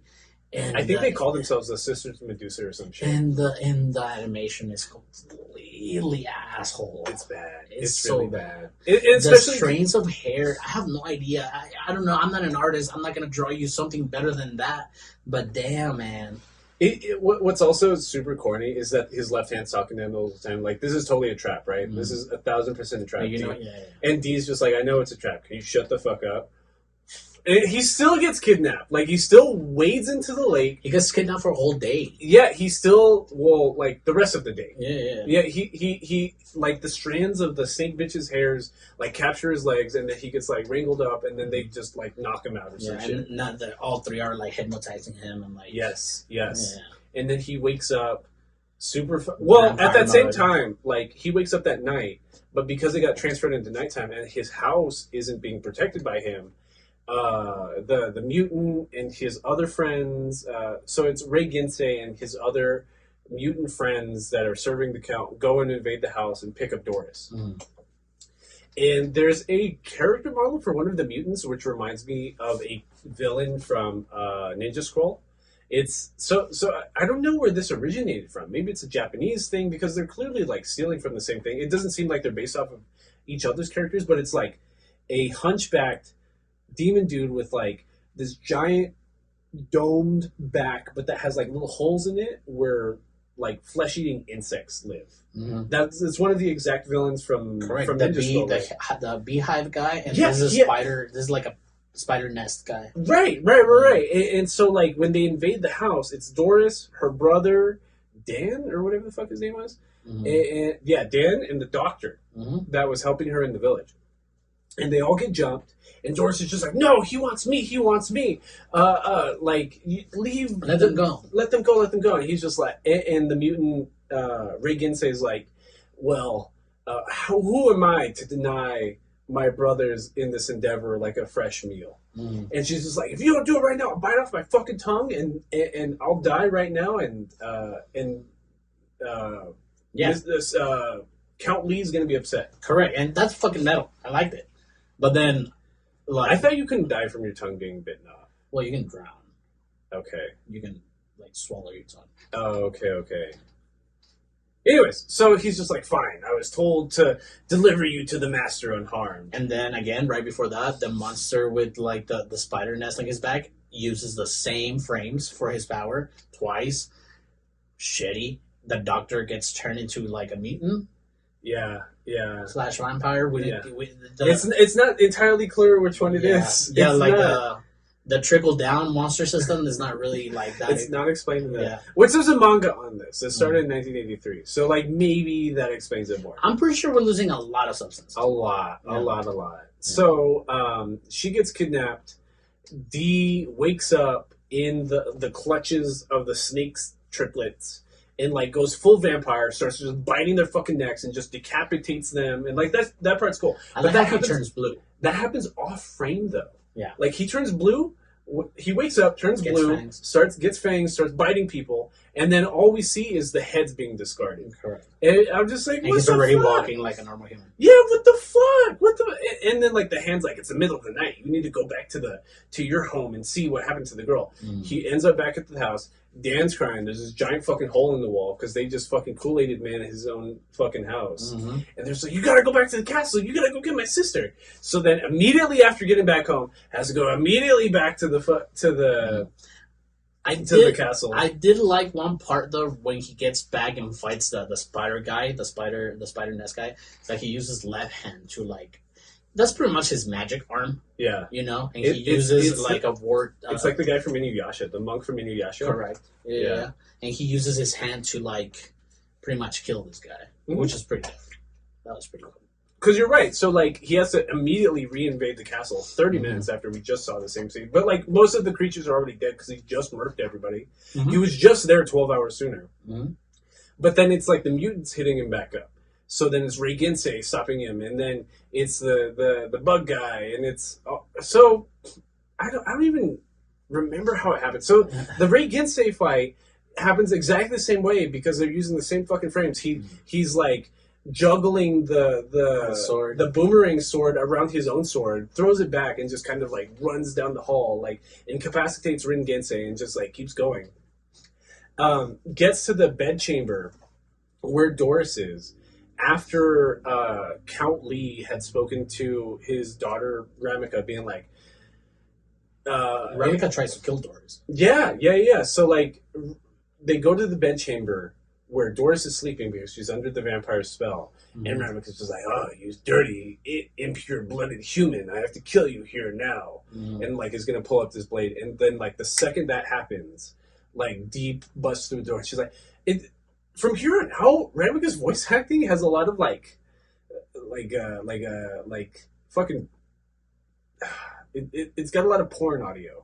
Moans? Yeah, it's a lot of like sexual screams and moans. Like the second like Dee busts through, like, oh! Yeah, like soft moan. Who are you, Mr. D? Why are you here? Soft like try to stab Dee. Oh, how dare you grab me, Mr. D? Oh, I faint. Yeah, usually skip through that part, right? and so like Dee just grabs Doris and just jumps back out to his house. Correct. And the daughter's getting a little more dialogue here, and he has a talk with Condi. He's like, how can you do this? Please don't go through this. You're going to taint the family bloodline. Yeah. And then Condi's like, what are you talking about? It's like, the best time I ever had was with your mom. Like, well, that doesn't come up later, but yeah, we can talk about that now. One of the big revelations is that Ramika does not shut the fuck up about how she's part of this pure bloodline, and the lead bloodline is untainted, and Dad can't take on this human wife, blah, blah, blah, blah, blah. But, like, yeah, it's, like, immediately after, like, Doris is taken back by Dee, where she's yelling at her father again. He's just like, why are you talking like this? Where did you get the sense of grandiosity? Like, your mother was some random human whore I picked up in the forest 50 years ago. Best time I ever had. Yeah, which was the blue-haired girl in the beginning that you were talking about, which... Not a whore, by the way. She looked like a pretty well put together human fighting demons. Yeah, but then like Count Lee just eats her up and then spits her back out, kind of thing. Mm-hmm. But he got a daughter out of it. Because in the very beginning when they're introducing Count Lee, explaining Count Lee to Dee, he's less like a vampire that's been alive for 10,000 years. This is going to be a challenge. Mm. And Count Lee explains it. He's just like, when you've been alive as long as I have, like all this little what's it called? Time and progressions. Tantrums don't mean anything to me. Correct. Like what matters most to me is like the comfort, like the actual like flow of what's going on from year to year. Like 50 years means nothing to me. 100 years means nothing to me. Mm-hmm. So you can bitch and moan all you want. Like I'm just bored out of my mind because I've been alive for 10,000. Yeah, so I'm just gonna go find another human girl. Like can do shit. And he slaps her, right? He like mind fucking.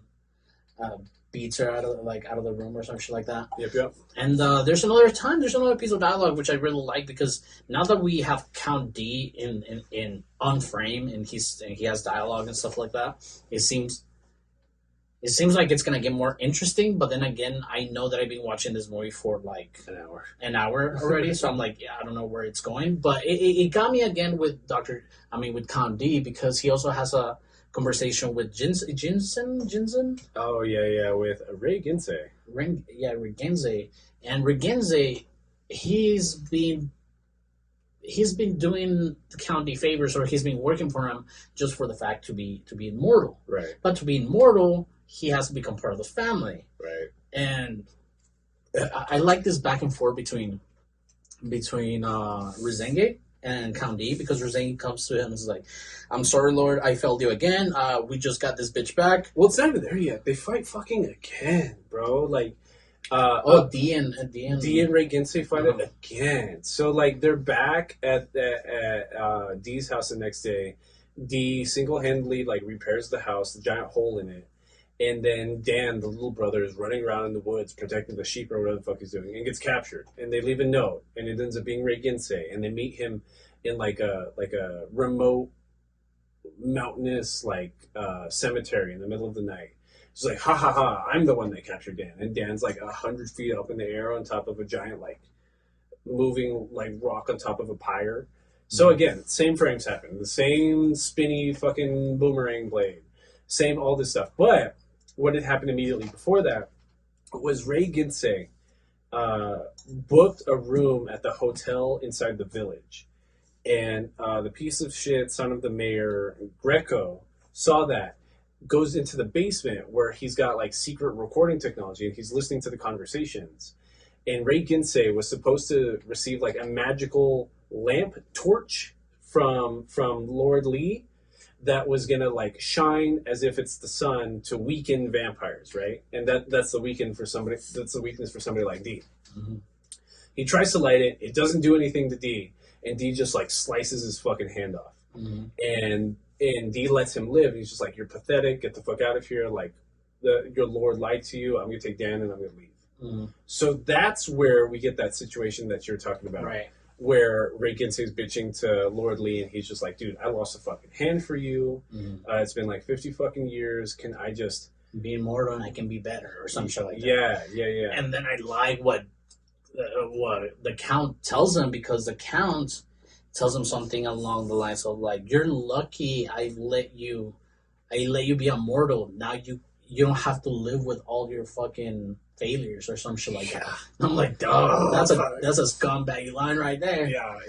It's delivered well though. It makes sense. It makes a lot of sense because like even right then, while D is having the fight with Ray Ginsei right here, mm-hmm. The doctor finds Doris at Dee's house, and it's just like, "Oh, open up all the security. I found a new, well-secluded shed.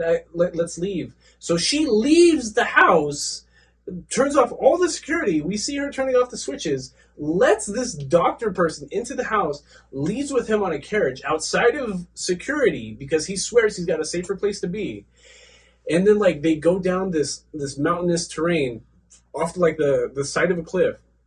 And then at the end of it is Ramika Lee again. And she's like, "Hey, I'm here to murder the bride-to-be of my father, so not to sully our bloodline or whatever." Mm-hmm. Yeah. And that's where the doctor reveals himself. He's like, I don't know if I'm the doctor anymore, but I'm somebody evil, and I'm totally going to eat you too, unless Lord Ramika eats you first.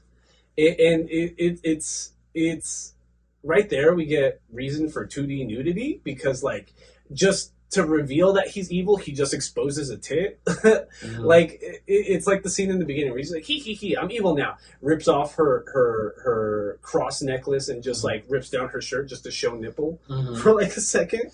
Yeah, man, and I'm telling you, just so many throwaway pieces of animation. Like it just seems like a bad way to spend on animation. Yeah. Because even with the daughter of the Count being there, like she doesn't make any attempt on her life. Yeah. Like there's no animated body language that she's gonna be aggressive or anything like that. She's just like saying like she is. Yeah, she's saying it like she is, but like the animation is just her standing like, "Oh, I'm gonna kill you right now because I hate you so much." Yeah. But there's nothing happening on the background. I don't even know where this scene happens, because this movie is such a jumbled mess, and we keep switching between like the castle, back to the house, back to the castle, back to the house, back to the castle, back to the house. But there's a scene somewhere in here. Maybe it's after like she gets rescued the first time, where she's showering and we see tits again.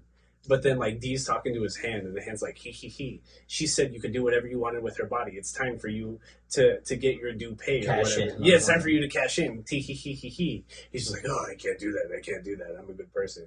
And even the left hand's like, he's basically calling him asexual because he's so focused on just killing like vampire nobility.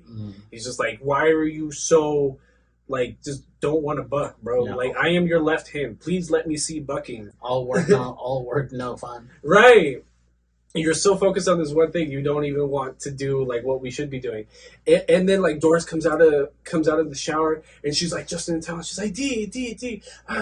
I just want, like, tries to hold him. And says, "I just wanted to thank you for rescuing me today, whatever. But then, like, I guess the reason why he doesn't want to, like, give in to, like, those sexual urges is because, like, he tries so hard to repress his vampirism that, like, whenever he gets near a human, by the point of physical touch, like, his fangs just start popping out. And she sees that, and she's almost like, just go for it. Like, just pulls out her neck, and she's like, just do it. This is your payment. If this is what you want, we can do it. I'm about it. And he just kind of, like, it just throws it. "No, I don't want pussy or neck. Just get away from me." Although I haven't seen it, bro, it feels like we're talking about fucking Morbius. Oh my god! It feels like we're talking about Morbius. Honestly, who do we know that's watched Morbius? I don't want to fucking watch it. We'll just invite somebody that's watched Morbius. Third party contact. Like, please tell us about how shitty Morbius is. I'm begging you. Yeah, man. Because even Blade. Blade was better, way better than this. But yes, we do get into the time where Doris, it's back in the hands of Count of Count Dracula. Well, still at that Ramika scene, like on the ledge with okay. with the evil doctor now. What's his name? Greco comes out, and he's got the actual anti-vampire lamp thing. They call it like the they call it like vampiric sense or something, something stupid. Essence. Yeah. So then, like, he pulls out of the tunnel and just starts like blasting Ramika with the light, and she's part vampire, right? She's like, get away from me! And like the doctor falls off a cliff, and then all this other stuff. So like, and again, right here, they sexualize Ramika's voice acting so fucking much. Like her getting blasted with light is just like all these screams and moans. Oh my god! Oh, this hurts so like it's very sexual in nature, but she's supposed to be in pain, and I guess there are situations where both can happen, but like that's not what the movie's telling us. So they just throw it in there as some form of fan service. Fan service. Yeah. So and she just orgasm passes out on Doris's lap, just like, oh, I'm dead. Like I got blasted by the light. And again, like Greco's just like, come with me, Doris. If you just throw the cat at me, then I can protect you. I clearly have this badass light. Don't you see this? And it's right about then that Dan and Dee like pull up on their horses and they like push Greco off the cliff because he tries getting aggressive and like killing Doris right then and there. If I can't have her, nobody can, kind of thing. And then they just kind of let the daughter of Count Lee go. They just let Ramiko go. They're just like, yeah, go for it. Like you're clearly not here to actually hurt us. Just do. And then later that night, or I can't even remember when, they captured Doris again. They just captured Doris again. And, oh, no. I remember what it is. They go back to the house again. Mr. Mutant Ray Ginsei invades again. Except this time he's missing a left hand because, like, Dee cut it off the night before. Except this time, at the bottom of the cliff, when Greco fell down, he found Greco and the anti-vampirism light or whatever. Oh, true. Yes. So he's just like, haha, Dee, you thought I was going to fight fair? And just, like, pulls out the light and, like, you think he's dying, maybe. You would think in normal circumstances a vampire like that's dying. And then he stakes him through the heart. And then he cuts off his left hand just to be fair because Dee cut off his left hand, captures Doris, and leaves him to die. And then we get this whole weird-ass scene where, because the left hand is basically like its own life, its own demon, it's eating, it like sees this miasmic waste, like eating animals in the distance. It's like, oh my god, I gotta reattach myself to Dee quickly and wake him up so that we don't get eaten by this miasmic mist. And then the fucking thing is crawling and it looks creepy or whatever. Yes. And it was a whole fucking Addams Family fucking bit from what it looked like to me. You know? And Addams Family came first. Addams Family is what, like 60s, 70s? Yeah. So absolutely. I think even earlier, but yeah. Jesus Christ. So then it reattaches itself. And then we get like 3 scenes just reusing the same imagery of it eating dirt. Like a whole 30 seconds of the hand doing the same. Blah, blah, blah, blah. And somehow eating the dirt is what's going to give it energy to like awaken Dee. It's still confusing because, like, I thought, like, a vampire gets staked through the heart, he's for sure dead, right? Like, I don't know. Like, is it because he's half human? I don't know. None of the cool, like, fake science is explained, so we don't know. No. We don't know. And now it turns into, like, an idle hand scene where the left hand is like, wake up, stupid! Come on, we gotta leave. It's like a Jim Carrey scene. Yeah, exactly. And then he wakes up and, like, just fucks off the mist. Yeah. It just fucks off the mist. Like, Yeah. He just, like, blasts it with the sword, and then it turns into flesh and, like, disintegrates down. And I was like, what the fuck happened? What the fuck? Wait, what? Because we've seen this miasmic mist. We always see Dan, like, blasting it, trying to protect the sheep, because it keeps just, like, eating the livestock that, like, him and Doris have. So then we actually have to go back to the castle finally. Again, for, like, the 3rd, 4th time at this fucking point. And, honestly, there's some scenes I did want to talk about, like the time he's escaping with Doris, where there's some cool gore, where because he already killed a lot of the demons on the way in, some demons try projecting ghosts to like attack him on the way out, and then he just like single slice cuts like some random corpses he sees. Yeah, and then like it's like 2 layers of demon just like falling apart. But like it's like cool. It's a lot of greens and blacks and bubbly little. It almost looks like magma. Like the blood looks super. Extraterrestrial. It just looks weird. It's so creepy looking. Yeah. And then when the 20-foot tall demon tries attacking him on the bridge, it also has like this bomb in his left hand. So D cuts down the strings that are holding up the drawbridge. It falls down. The 20-foot demon has like his arm over like the drawbridge. Yeah. And then it slices his hand up. He's like, ah! And then D jumps off the bridge. The bomb that was his left hand explodes. And then you see like the left side of his head, his whole left arm, and like half of his torso just like exposed and again bubbly and like bright oranges and greens and blues. Like the gore's cool. It looks good. It has good frames, but that's about it, man. The gore. Yeah, so we're basically at the end of the movie. He goes back to the castle. And finally, we're going to find Magnus Lee. Well, fuck you, Magnus. And it's creepy because like he's using mind control to like control Doris and like make her walk through this false wedding. And then as he's on the bridge, Ray Ginsei comes back and he's got the lamp. And he's just like, ha, fuck you, Lord Lee. 50 years? You know how much 50 years is for me? He's like 80 already. Yes. Yeah. And it just like starts blasting all like these side hooded vampires with light. And it doesn't affect Lord Lee at all. Yeah, he's just like, fuck you. Cuts it up. Yep. Just like he uses like telekinesis to just like pin him to the side of a building and just like crush him. Crush his head. Yeah. It looks dope. It looks cool. Dope. The gore's cool. And like finally, Ray Ginsei's dead. Thank fucking God. And so they go into the temple chamber, and this is where Ramika was praying to the picture of Dracula earlier. Yeah. Oh, and Ramika is like chained up like in Lord Lee's like bedchamber or like in his conference room because she was trying to bitch or whatever. And that's where he expresses like, no, like your mother was just some random human whore I found. Not an actual whore, but like it's the language he uses. You're just some random human, and I don't know where you got this idea that you're pure blooded or some bullshit. Like you're clearly not. You're half human, just like that bastard vampire hunter D. So then they go into this chapel area. They're about to have this false wedding thing, and that's when D pulls out the sword, and like Lord Lee is like invulnerable to everything. He's got like a little fucking force field around him. The sword isn't piercing him. He can still like use telekinetic powers, and like grab D and like pin him against the wall, and like he's coughing up blood and all this other stuff. And then I can't even remember how it happens, but like there's a scene where the first when the vampire hunting first interacts with the Count, he throws a dagger at his eye. Right. And a good set of animation is him pulling the dagger at his eye. It looks pretty cool because like his eye pops out and it goes back in. But guess what? Throughout the whole thing, silent frames. Yeah. It's just nothing. Yeah. Nothing. Yeah. Just the eyeball just goes back in his head with no sound at all. And it's weird, man. Again, well, like you said, he throws a lot of lasers, but the Count has this shield over him that doesn't do anything. I can't even remember how it's broken.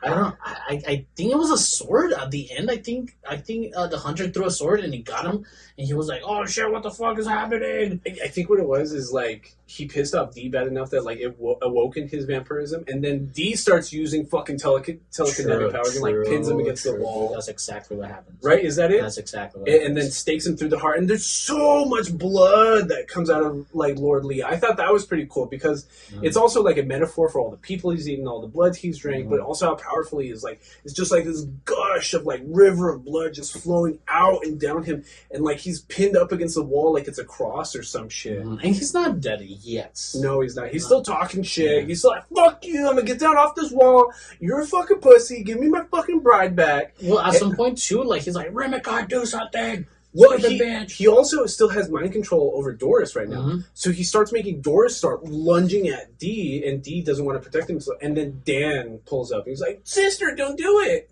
And that's like snaps her out of it. And then he starts screaming, Ramika, what the fuck are you? Get the fuck over.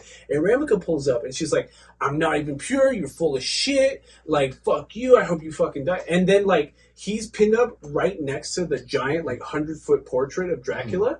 And he's just looking at the Dracula portrait, looks back at D, back to the Dracula portrait, back at D, back to Dracula portrait, back at D. D. He's just like, are you fucking?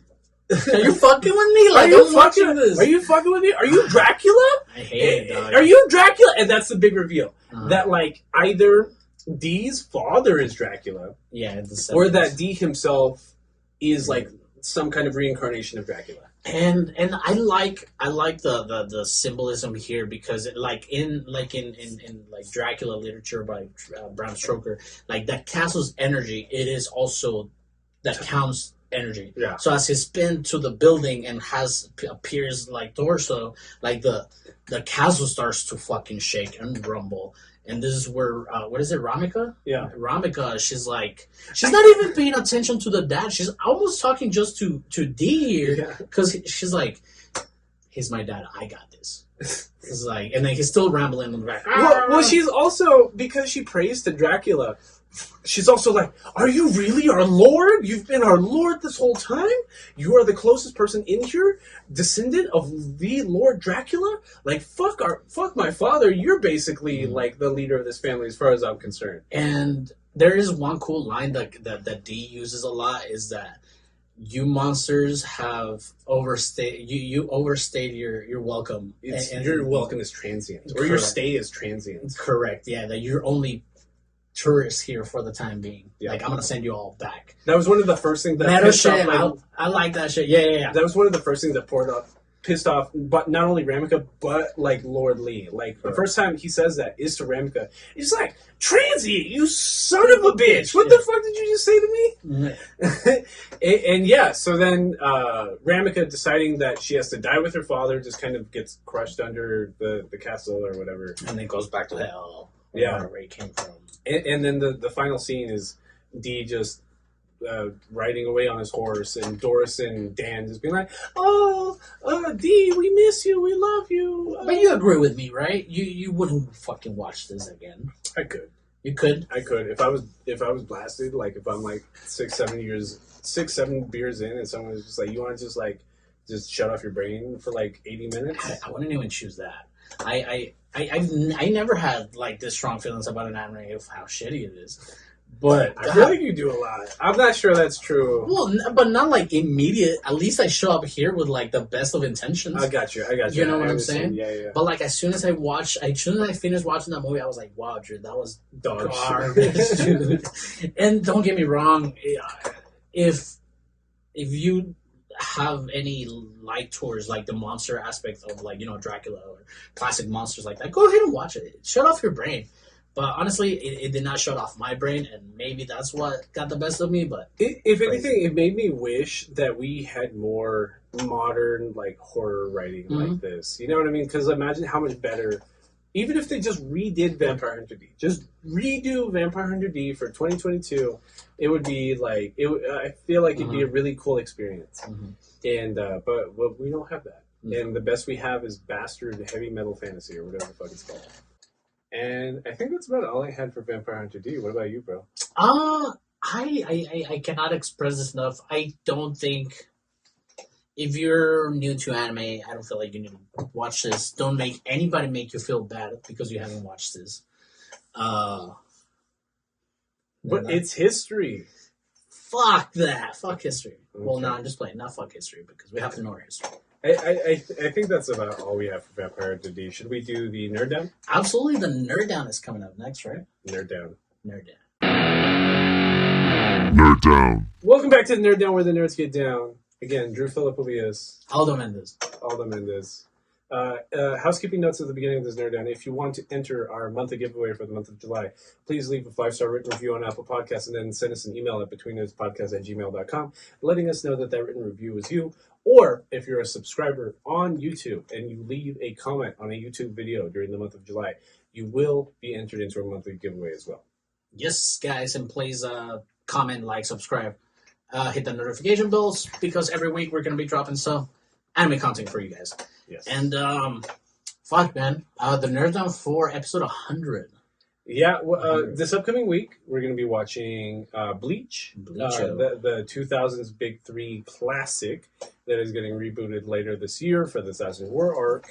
except we are watching the first season, the first 20 episodes of Bleach. We are watching the Shinigami training arc. Mm-hmm. You love Bleach. Bleach still has a really big, like, good place in your heart. Bleach was really big favorite of mine at the time before it started going to shit after season, 4?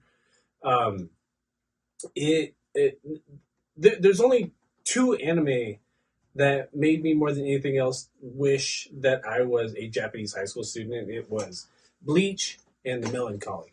So like Bleach, it has the stylistic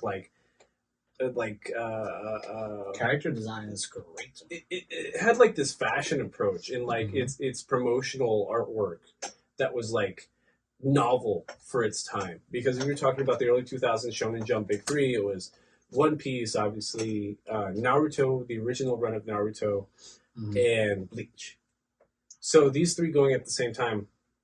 If you're talking first seasons and like breakthroughs in the genre, like I think Naruto at the time was so novel that it jumped out right away. Bleach had like a really, really, really good season 2, season 2.5 when they invade like the Soul Society, and that's like peak Bleach, and that's what sucks because after like season 2 of Bleach, it just starts going down, like straight down. One Piece has been just like good for like forever. Naruto, especially once it started getting to Shippuden, has like some of the best hand-to-hand combat animation like in the genre. In the genre, like almost nothing can beat like the kung fu hand-to-hand combat animation in Naruto. But it had a lackluster ending and it has like a really, really bad sequel. So we're excited to watch Bleach. I've already watched like half of season 1. I've watched like the first 9 episodes this week. It reminds me more of Yu Yu Hakusho, like early Yu Yu Hakusho, than it does the rest of Bleach. Correct. And we had a conversation about Jujutsu Kaisen reminding us about Bleach. Yeah. You know, and I haven't revisited Bleach in so long. I'm excited to watch it and actually have a pretty good idea of what it's all about. Because right now I just remember demon fighting. I think that's what's wild is that it's 16 years old, and as opposed to like even Dragon Ball has been redone and there's HD versions of it that have come out nonstop for the past like 10, 20 years. They keep reproducing it. They did the same with Naruto. The early seasons of One Piece, they did that again, and they redid the early arcs.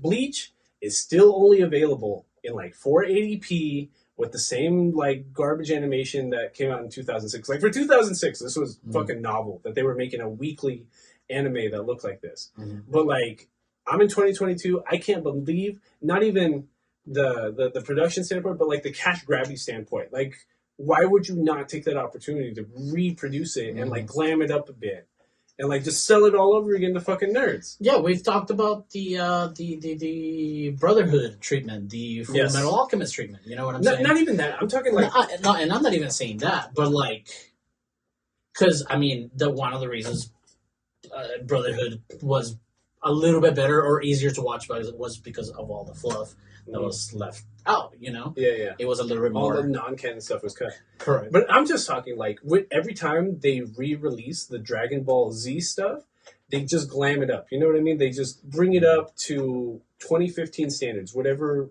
year they're re-releasing it. Like, I can't believe they haven't redone that with Bleach. It looks so stuck in 2006. Like, I can't believe... Number one... I can't believe Crunchyroll and Funimation still have this fucking issue after the merger where Crunchyroll has not signed some of its licensing some of its licensing still 2 contracts. platforms. It's still 2 platforms kind of because like even when you log into Funimation, it tells you like sign up for Crunchyroll. The future's on Crunchyroll. All our media has been transferred to Crunchyroll. You log into Crunchyroll and it's dog shit. They have not re-signed up for Bleach. Yeah. You literally, I had to re-sign up for my Funimation account just to be able to stream legally Bleach. I couldn't believe it. Yeah. I couldn't believe it wasn't on Netflix. I think it's on Hulu, but with ads. Like, I can't believe that they still haven't, like, transferred or, like, rewritten or like, re-signed these licensing agreements. So Seems lazy at some point. yeah, I don't get it. So like here I am watching Bleach on 480p on fucking Funimation, which is like a make believe fucking streaming service that doesn't exist anymore. But I'm excited. It has a better interface than fucking Crunchyroll, I believe. Yeah, You know, I don't know, but I'm excited to watch it. I'm excited to watch Trigun the week after that. right. We're hoping to have Joey. Trigun Stampede got announced during the Anime Expo last week or 2 weeks ago already.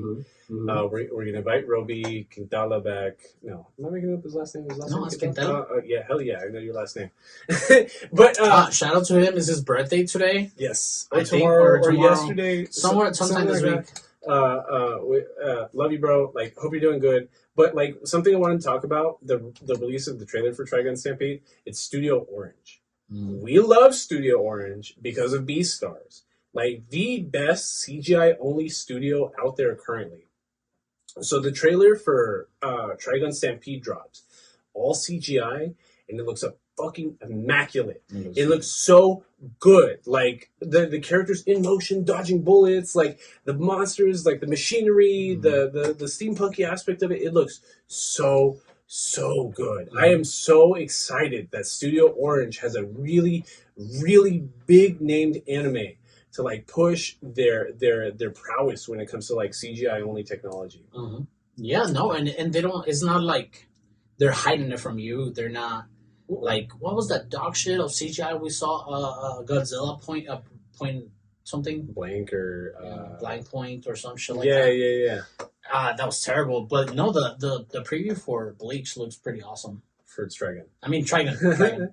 and yeah, there we don't have an official like preview for the Bleach 1,000-Year War arc that's coming out this fall or winter season 2, but they just said it's happening. It's just a continuation of the manga, and the something I did want to bring up when I know we already moved off of Bleach, but like something I did want to talk about with Bleach really quickly is that Tite Kubo, the mangaka for Bleach, has this long, like, strained history with his own work.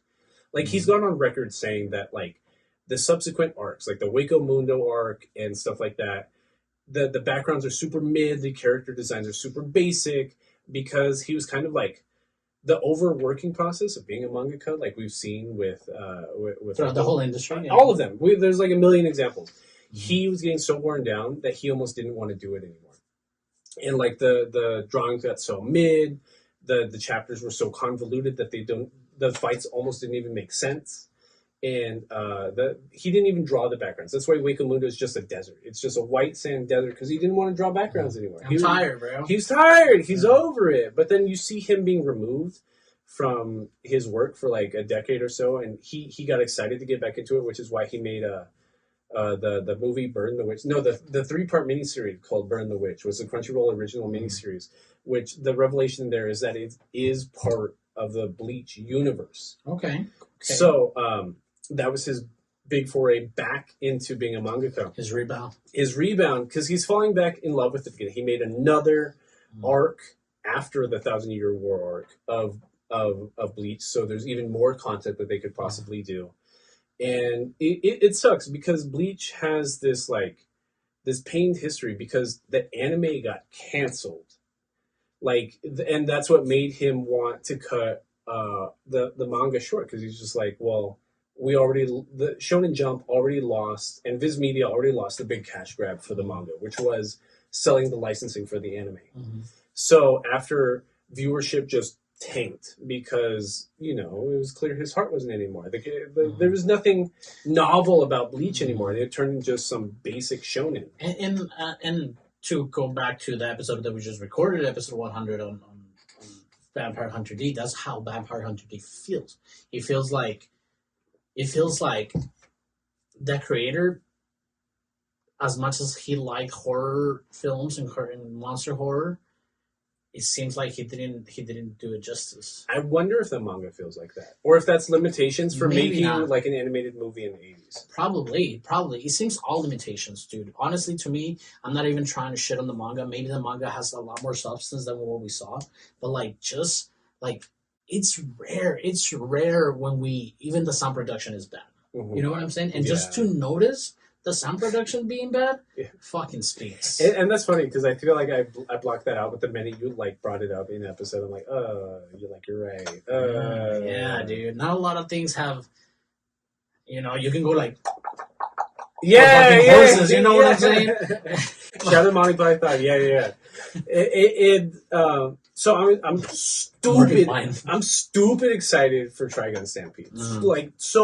I'm so excited for Studio Orange because this is gonna put so many more people on that studio because like the biggest anime as of right now is Beastars, and Beastars. Every time we bring up Beastars in conversation, it's like, don't a wolf and a rabbit fuck? Like why would they fucking do? Why would I watch that? Like blah blah blah blah blah. But now they have like an easily marketable like anime, and that looks like if they just do it justice, like it'll knock it out the park. Like it's a home run. Yeah, you can attach it to that all the time. You hear Studio Orange, oh shit, Beastars, animal fucking. Yeah.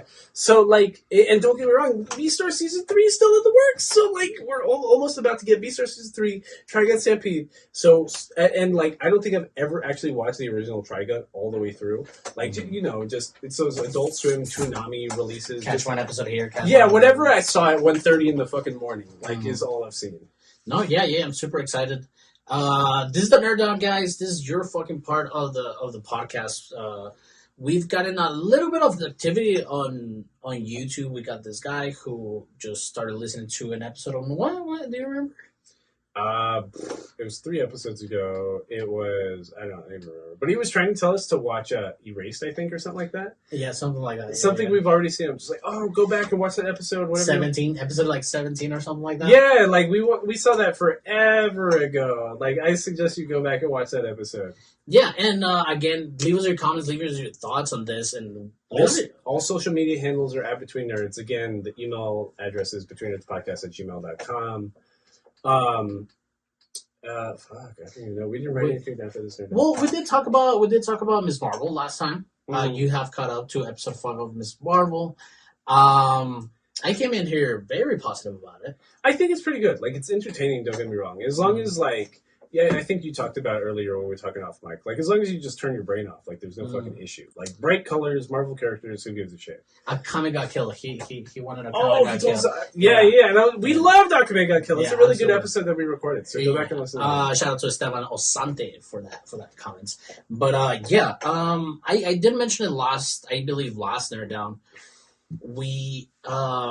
It just triggers a lot of Turning Red to me, which was one of the greatest animations that Pixar pulled out that didn't even get a theater release. It's really good. Yeah. And as soon as I figured that out, I just welcomed it as a how do you call it's less of like wholesome. It's less of like a Marvel release and more of like a Disney Pixar wholesome family kind of thing. Correct. And to see, like, I don't want to fucking sound on culture or anything like that, but I feel like there's not enough like representation of countries that, and it's funny because they threw shade at the production of Wonder Woman for making Pakistan look like super shitty. Anytime it's just brown people, throw a sepia tone over it. And then like no house, a couple of goats, and like that's it. And just to see like we see like another culture for the capital of Pakistan, which is like. Yeah, light bright lights. It's got the founder, a big mural of him right in the middle of it. And it's fine. Like, Miss Marvel episode 5 is fine, whatever, normal Marvel extended universe stuff, like protect the world from being destroyed by genies from a different universe, whatever. Who cares?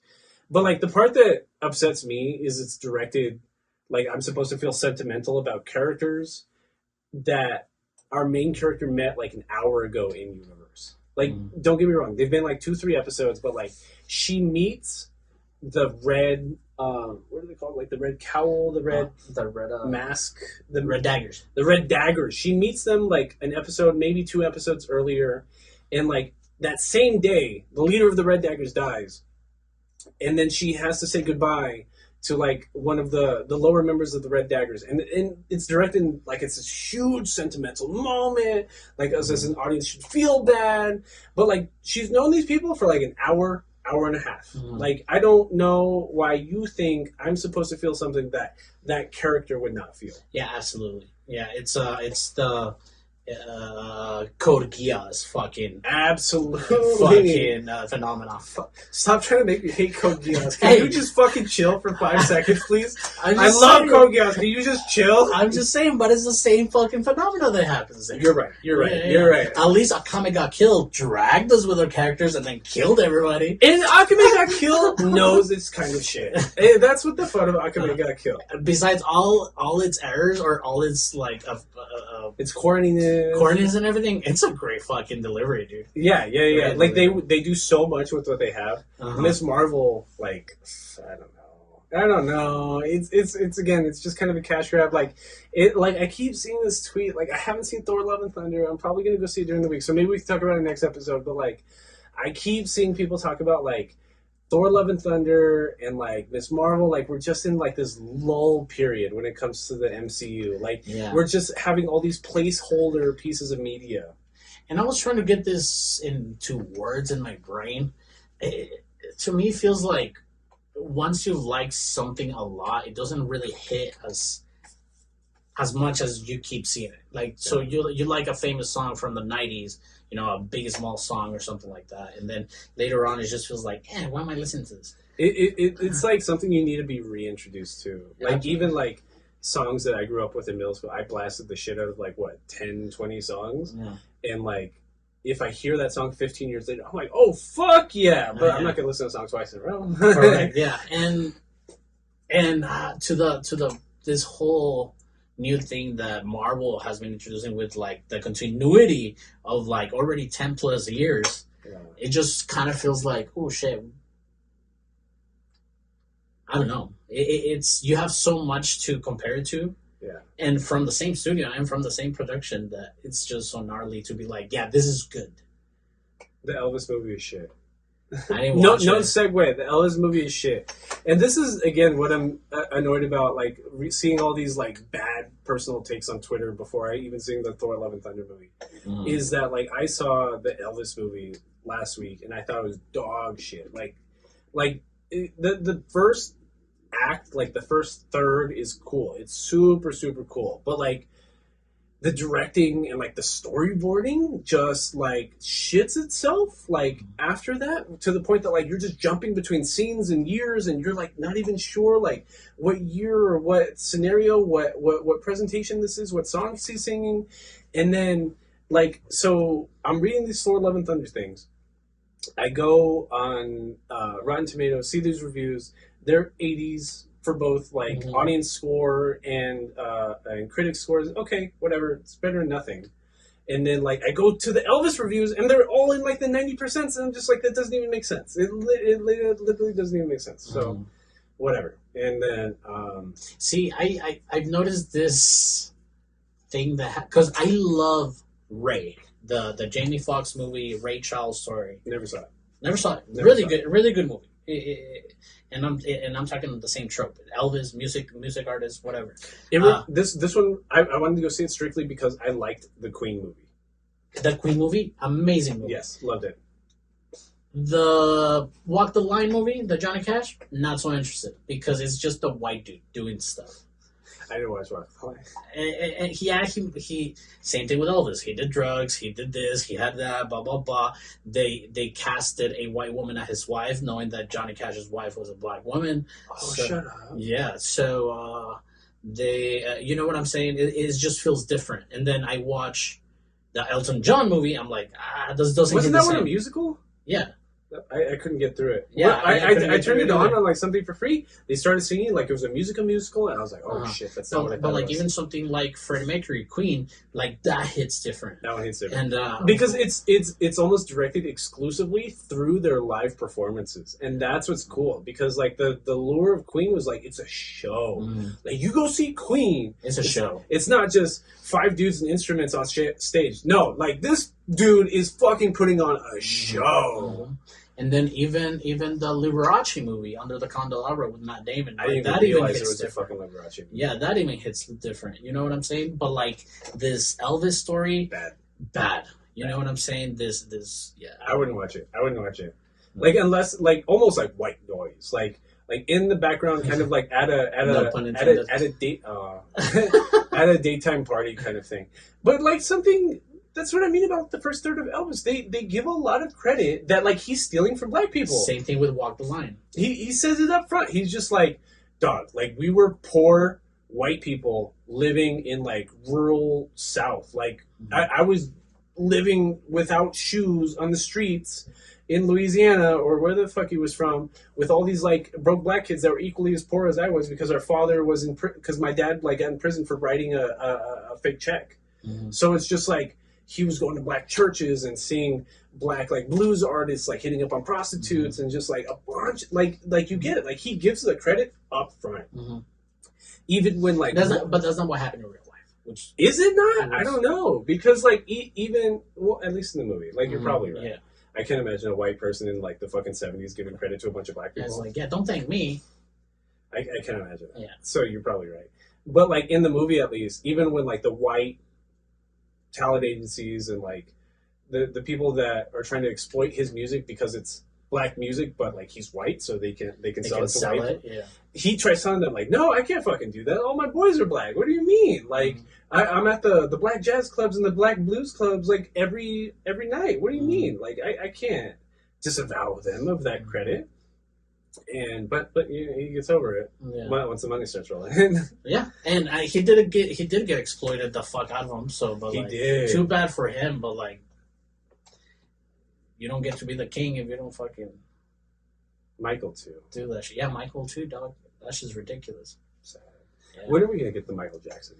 That's the one. That's the one that if they fuck up, there's a fucking riot. Yeah, That's the one. Like if you don't get that one right, Yeah. there's a fucking riot in the streets if you get Michael Yeah. Jackson wrong. Yeah. It's definitely something that it's risky for You, studios. you know it's on their mind too. Oh, you absolutely. know it's on their mind. It's been on the back burner forever. And there's Who do we cast? Who is it going to be could you appropriate? possibly cast to be Michael Do we Jackson? keep the same actor do the both parts? Oh, I don't know. You know what I'm saying? You mean when Michael Jackson transitioned to being white? Yeah. Oh God, I don't even know. And I'm just kidding. That he's not two different people just because he's black and white. He was the same person. But what I'm saying is like, who the fuck you cast? And That's hard. That's super. you know what? difficult. I don't know. I never really believe, and to this day, and maybe I'm ignorant, but I never really believed the allegations towards him. No, they were fake. You know? They were flat out proven. Like, don't get me wrong. It's easy to like accuse him of that because it's super fucking weird. Like how open he is to children on his property and how close he was with being with kids, and he did have the kids in his bed, but like he didn't do nothing. Like he did not. But like again, that's a lot of weird. Like just don't put yourself in those fucking situations, kind of things. Don't get me wrong. Yeah, exactly. So, because I remember watching this other documentary about his last show, like one of his last big shows for Las Vegas. The docuseries was really like on him, you know, and he seems very super fixated on focus on what he's doing, that it's almost unbelievable that this guy has time to like do pervy shit like that. Like he just seems very like, hey, listen, like you gotta do this, you gotta follow me over here. He's talking to production, movie stuff, and he seems so hyper focused on his art that it just seems ridiculous that he's just banging kids on the butt. Which he wasn't. Which he wasn't. I don't think he was. Which he wasn't. Yeah. Rest in peace, Michael Jackson. But like, yeah, that's a hardcore movie to make. Because even when Queen came out, I was like, ooh, I'm excited for this.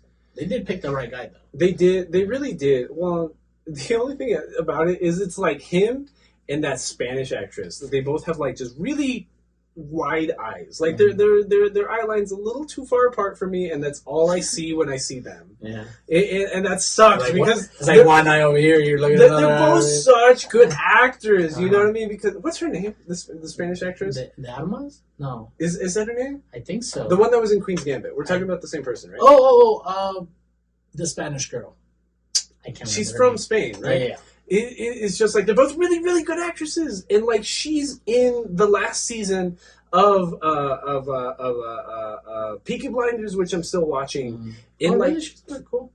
She's really good, and like but just every time I see them on frame, all I see is their eyes, and I can't unsee it, and like it makes me feel terrible. They're eye actors too.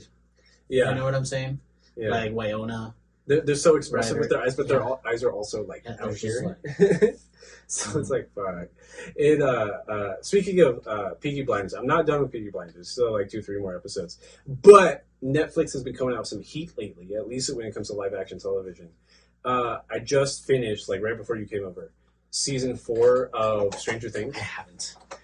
Well, you haven't seen I'm anything about past to like start season it. 1, right? No, I'm gonna start it. Right? Oh, I thought Yeah, you were I telling already CJ and me caught that you had. Oh, you did catch yeah, up. yeah. Okay. I'm gonna start 4 soon. What did you think about season 3?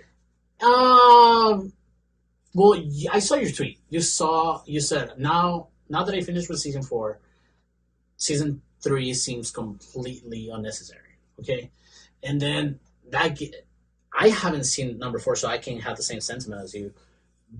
But I liked it.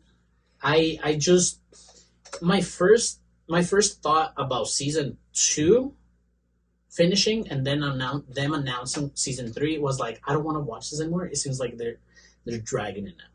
That's exactly what I mean about season 3. Like, I remember finishing season 3, and even then, even before the season 4 announcement, I was like, holy shit, that was mid. Holy shit, this feels so dragged and forced. Like, they're just pulling plot lines out of their fucking ass now. Like, especially, like, Hopper being, like, an abusive, like, adoptive father now, and then he's such an asshole. On the third one? In the 3rd season. He's not that bad. He's kind of he's always yelling at Elle now. Oh, Now that they live yeah. together in a cabin, and he's really mean to Joyce now. Yes, the 80s, brother. And then, It's the 80s. but then he's an asshole. But then they kill him off, like at the end when she does her.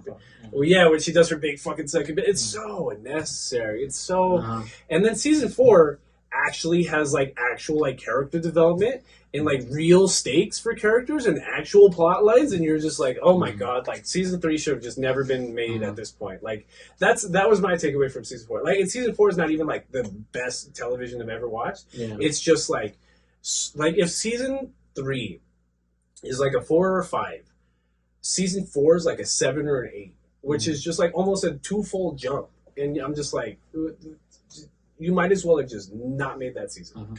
I mean, I had fun watching it.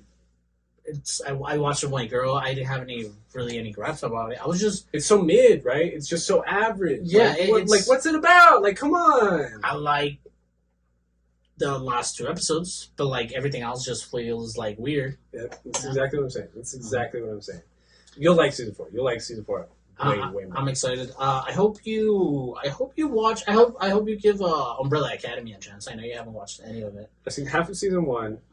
Never made it past it. And it's no issue with like the not even it's not politics, but like I feel like other people would call it the politics behind it. It's not even any of that. It's just not my cup of tea. I feel like the actors didn't feel all that talented. Oh yeah, absolutely. Like the writing was super corny. It almost felt like CW level production. Yeah. Does that make sense? Yeah. It does make sense. Not as shitty. I do like that production better. But yeah, the acting is not so great. But it's a good turn off your brain off, and like just the world that you're in. It's cool. I like it. I get what you mean. I get what you, and I watched like 3 seasons of CW Flash. Yeah. And like I feel like I got super turned off by how bad it was after a certain point. Like I was just keep it the fuck away. And then like after that point, once I started watching Umbrella Academy, like the first half of season 1, I was just like, holy shit, I'm getting way too many of the same vibes. I am not doing this again. I like the social aspects of the show. Like between all the siblings, all the adopted siblings. Yeah. Okay, Yeah, I get that. I like that a lot. I like the fact that the disgruntled. It just like the character development, the character development of deconstruction of the character. I never made it that far. It's really cool. But see, that's what sucks because like I made it farther in season 1 of The Boys than I did in season 1 of Umbrella Academy, which they're both kind of like you can kind of put them in the same genre, like live action television, series only superheroes kind of thing. But I hate that like I had that feeling, but like some of the inclusions seemed kind of forced, where it was just like we have this purposely diverse cast to the point that like certain characters feel underdeveloped. I feel like if everybody had the same level of development, then I wouldn't give a shit. You know what I mean? But some characters were clearly written in by white people and made to be non-white for the sake of inclusion, to the point that you have hurt your own story because you don't know how to write non-white characters. The Boys has the opposite effect, where it's just like, we're going to have white people we're going to have zero people of color inclusion because we only know how to write about white people, and like it's just a bunch of white people talking to each other, and like, so it's like, fuck, like I'm caught between two worlds here. Like, help me, please. And which is why I like Miss Marvel, because it could actually write about people of color from like a non-white person looking in lens. Yeah. No, you're right. You're right. The story, the comics. I did read a couple of comics of the Umbrella Academy. They're okay. They're cool. It doesn't feel that super like intrusive diversity kind of thing, like the Super Force like diversity thing. But the show, I'm not even opposed to the diversity thing. No, I know. But like the fact of like this character is not being well written because you're writing from your privilege. Are we ever gonna get season 2 of the Amazon animated TV show about his Invincible? Dad? Yes. Are we ever getting season 2 of Invincible? Yeah, we should. I believe it's in the works. And 3. Differential did it right. Yeah. Invincible did it right. This was cool. 1,000%. Like, I wish The Boys were more like Invincible. If anything. Well, you have two completely different writers. You know what I'm saying? Yeah, I got you. The writer for The Boys pretty much is coasting on the work of Invincible and Walking Dead. Yeah, but as far as this Nerd Nut goes, do you have anything else to say about the Nerd Nut? Did you watch Buzz Lightyear? I didn't watch Buzz Lightyear. No, I didn't. Republicans go fuck themselves. 2 girls kissing and like they just they broke Twitter. Well, and then like that wasn't even like. Well, I hope that's not what the studio thinks that why it went bad, because it's completely not. It released it. Did it lose money? Yeah. Yeah, I think it only made like 50 million, and it was projected to win like 150 million. But like, I hope that the studio doesn't think that the reason it happened was because of the kids. No, bro, you released it on Father's Day weekend. You released it against Jurassic World and the other nostalgia movie. There was another one. That one, well, and then also Bob's Burgers. I can't remember the other movie. Oh, and I watched Bob's Burgers that weekend. I watched Bob's Burgers that weekend too. Burgers is good. Damn. Yeah. So it's like, bro, honestly, nobody really gave a shit about your Buzz Lightyear movie. Fuck, am I the problem? Minions movie made a fucking killing, and it's so memey too.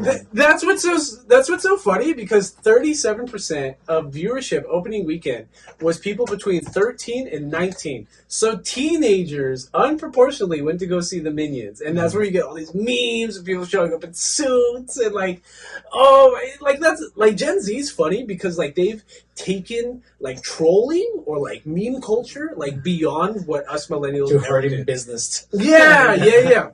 Like the Morbius tanking and re-releasing at theaters, and that was Gen Z. That was Gen Z. Like this Minions thing and actually making Lumen-Vision money, that's Gen Z. Like their upbringing is so like, because like what I think internet culture and growing up with the internet, it's just like, yeah, the internet just like social media just appeared in like 2005. and then we've just been with it ever since. Like Gen Z is just like, it's just always been there. Like permanent like online activity has just always been a part of my life. And like memes are just like part of my everyday like real world activity kind of shit. And I love it. I think it's so funny. Absolutely. It's so hilarious. Like I wish we were that funny. I did want to bring something up. So I came across this TikTok of a gas station owner covering and taping or sealing his Tesla chargers. Okay. And then some dude, the guy making the TikTok, I can't remember his tag, but he comes up to me. He's like, "Hey man, what are you doing?" It's like, "Oh, well, I'm covering these things up." It's like, "Oh, why?" It's like, "Well, they haven't paid me rent in months." Like, Tesla hasn't? Yeah. And then I'm like, ooh. Then I went to like a little like rabbit hole, and apparently Tesla hasn't been paying a lot of rent on the superchargers. I get a lot of TikToks about Teslas being built like pieces of shit. Like like I Oh, was yeah. sending you those ones where like they were pulling them apart. The wires look like a fucking mess. Mhm. The welding jobs, like how the frame is put together, look like Mhm. fucking garbage. Like a Hot Wheel. There was all those videos like a month or 2 months ago of like people's dashboards, like while Coming in off. Phoenix or Arizona, just melting, just whole ass liquid just Yeah. melting below the dash, like. Dog shit materials. Oh my god. And like that's what sucks because like I work with like exclusively people that are like 50 and up and Mhm. I'm the sustainability professional, right? So like I always get like people coming at me being like, why are your people always promoting $100,000 cars because they're electric, but like nobody can afford it even though gas is $5, blah, blah, blah. I'm like, Doc, you can go buy a $30,000 Chevy Volt right now.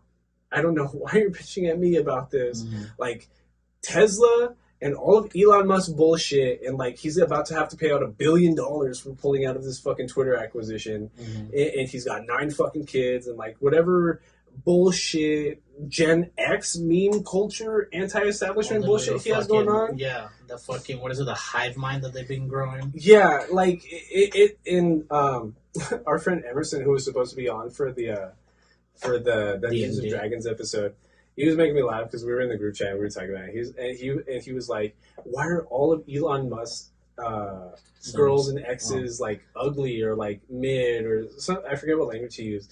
I'm just like, bro, they just all look like Grimes, just like smart alternative girls. Uh-huh. Like they all look like the same woman. Fucking crazy. And then like he has like 9 kids. Just Yeah. being a terrible person. Yeah, and we never knew that. We knew the one from Grimes, and that was it. Yeah. Fucking crazy. And they're all with his like employees. Oh yeah. He only has sex with his employees, and that's so like fuck these girls. I hope all of his baby mothers get paid up. the fuck up. Like it's gonna be crazy because it's just like he has this. He's in this position of power for all of them. Mhm. Every single one of his baby mothers is not Grimes. He has this position of power, Mhm. and he's gonna have to pay out for it. And like most of his assets are in the stock market. Like he doesn't Mhm. have that much liquidity. So like if the market really does go south, like I don't know how he's gonna be paying all these fucking. Children. But like that's never gonna happen. Like I'm, Yeah. I'm talking down about the richest person in the world. It's never gonna happen. But that's it. That might be it. That's about all I had. Again, Julius. Alderman this.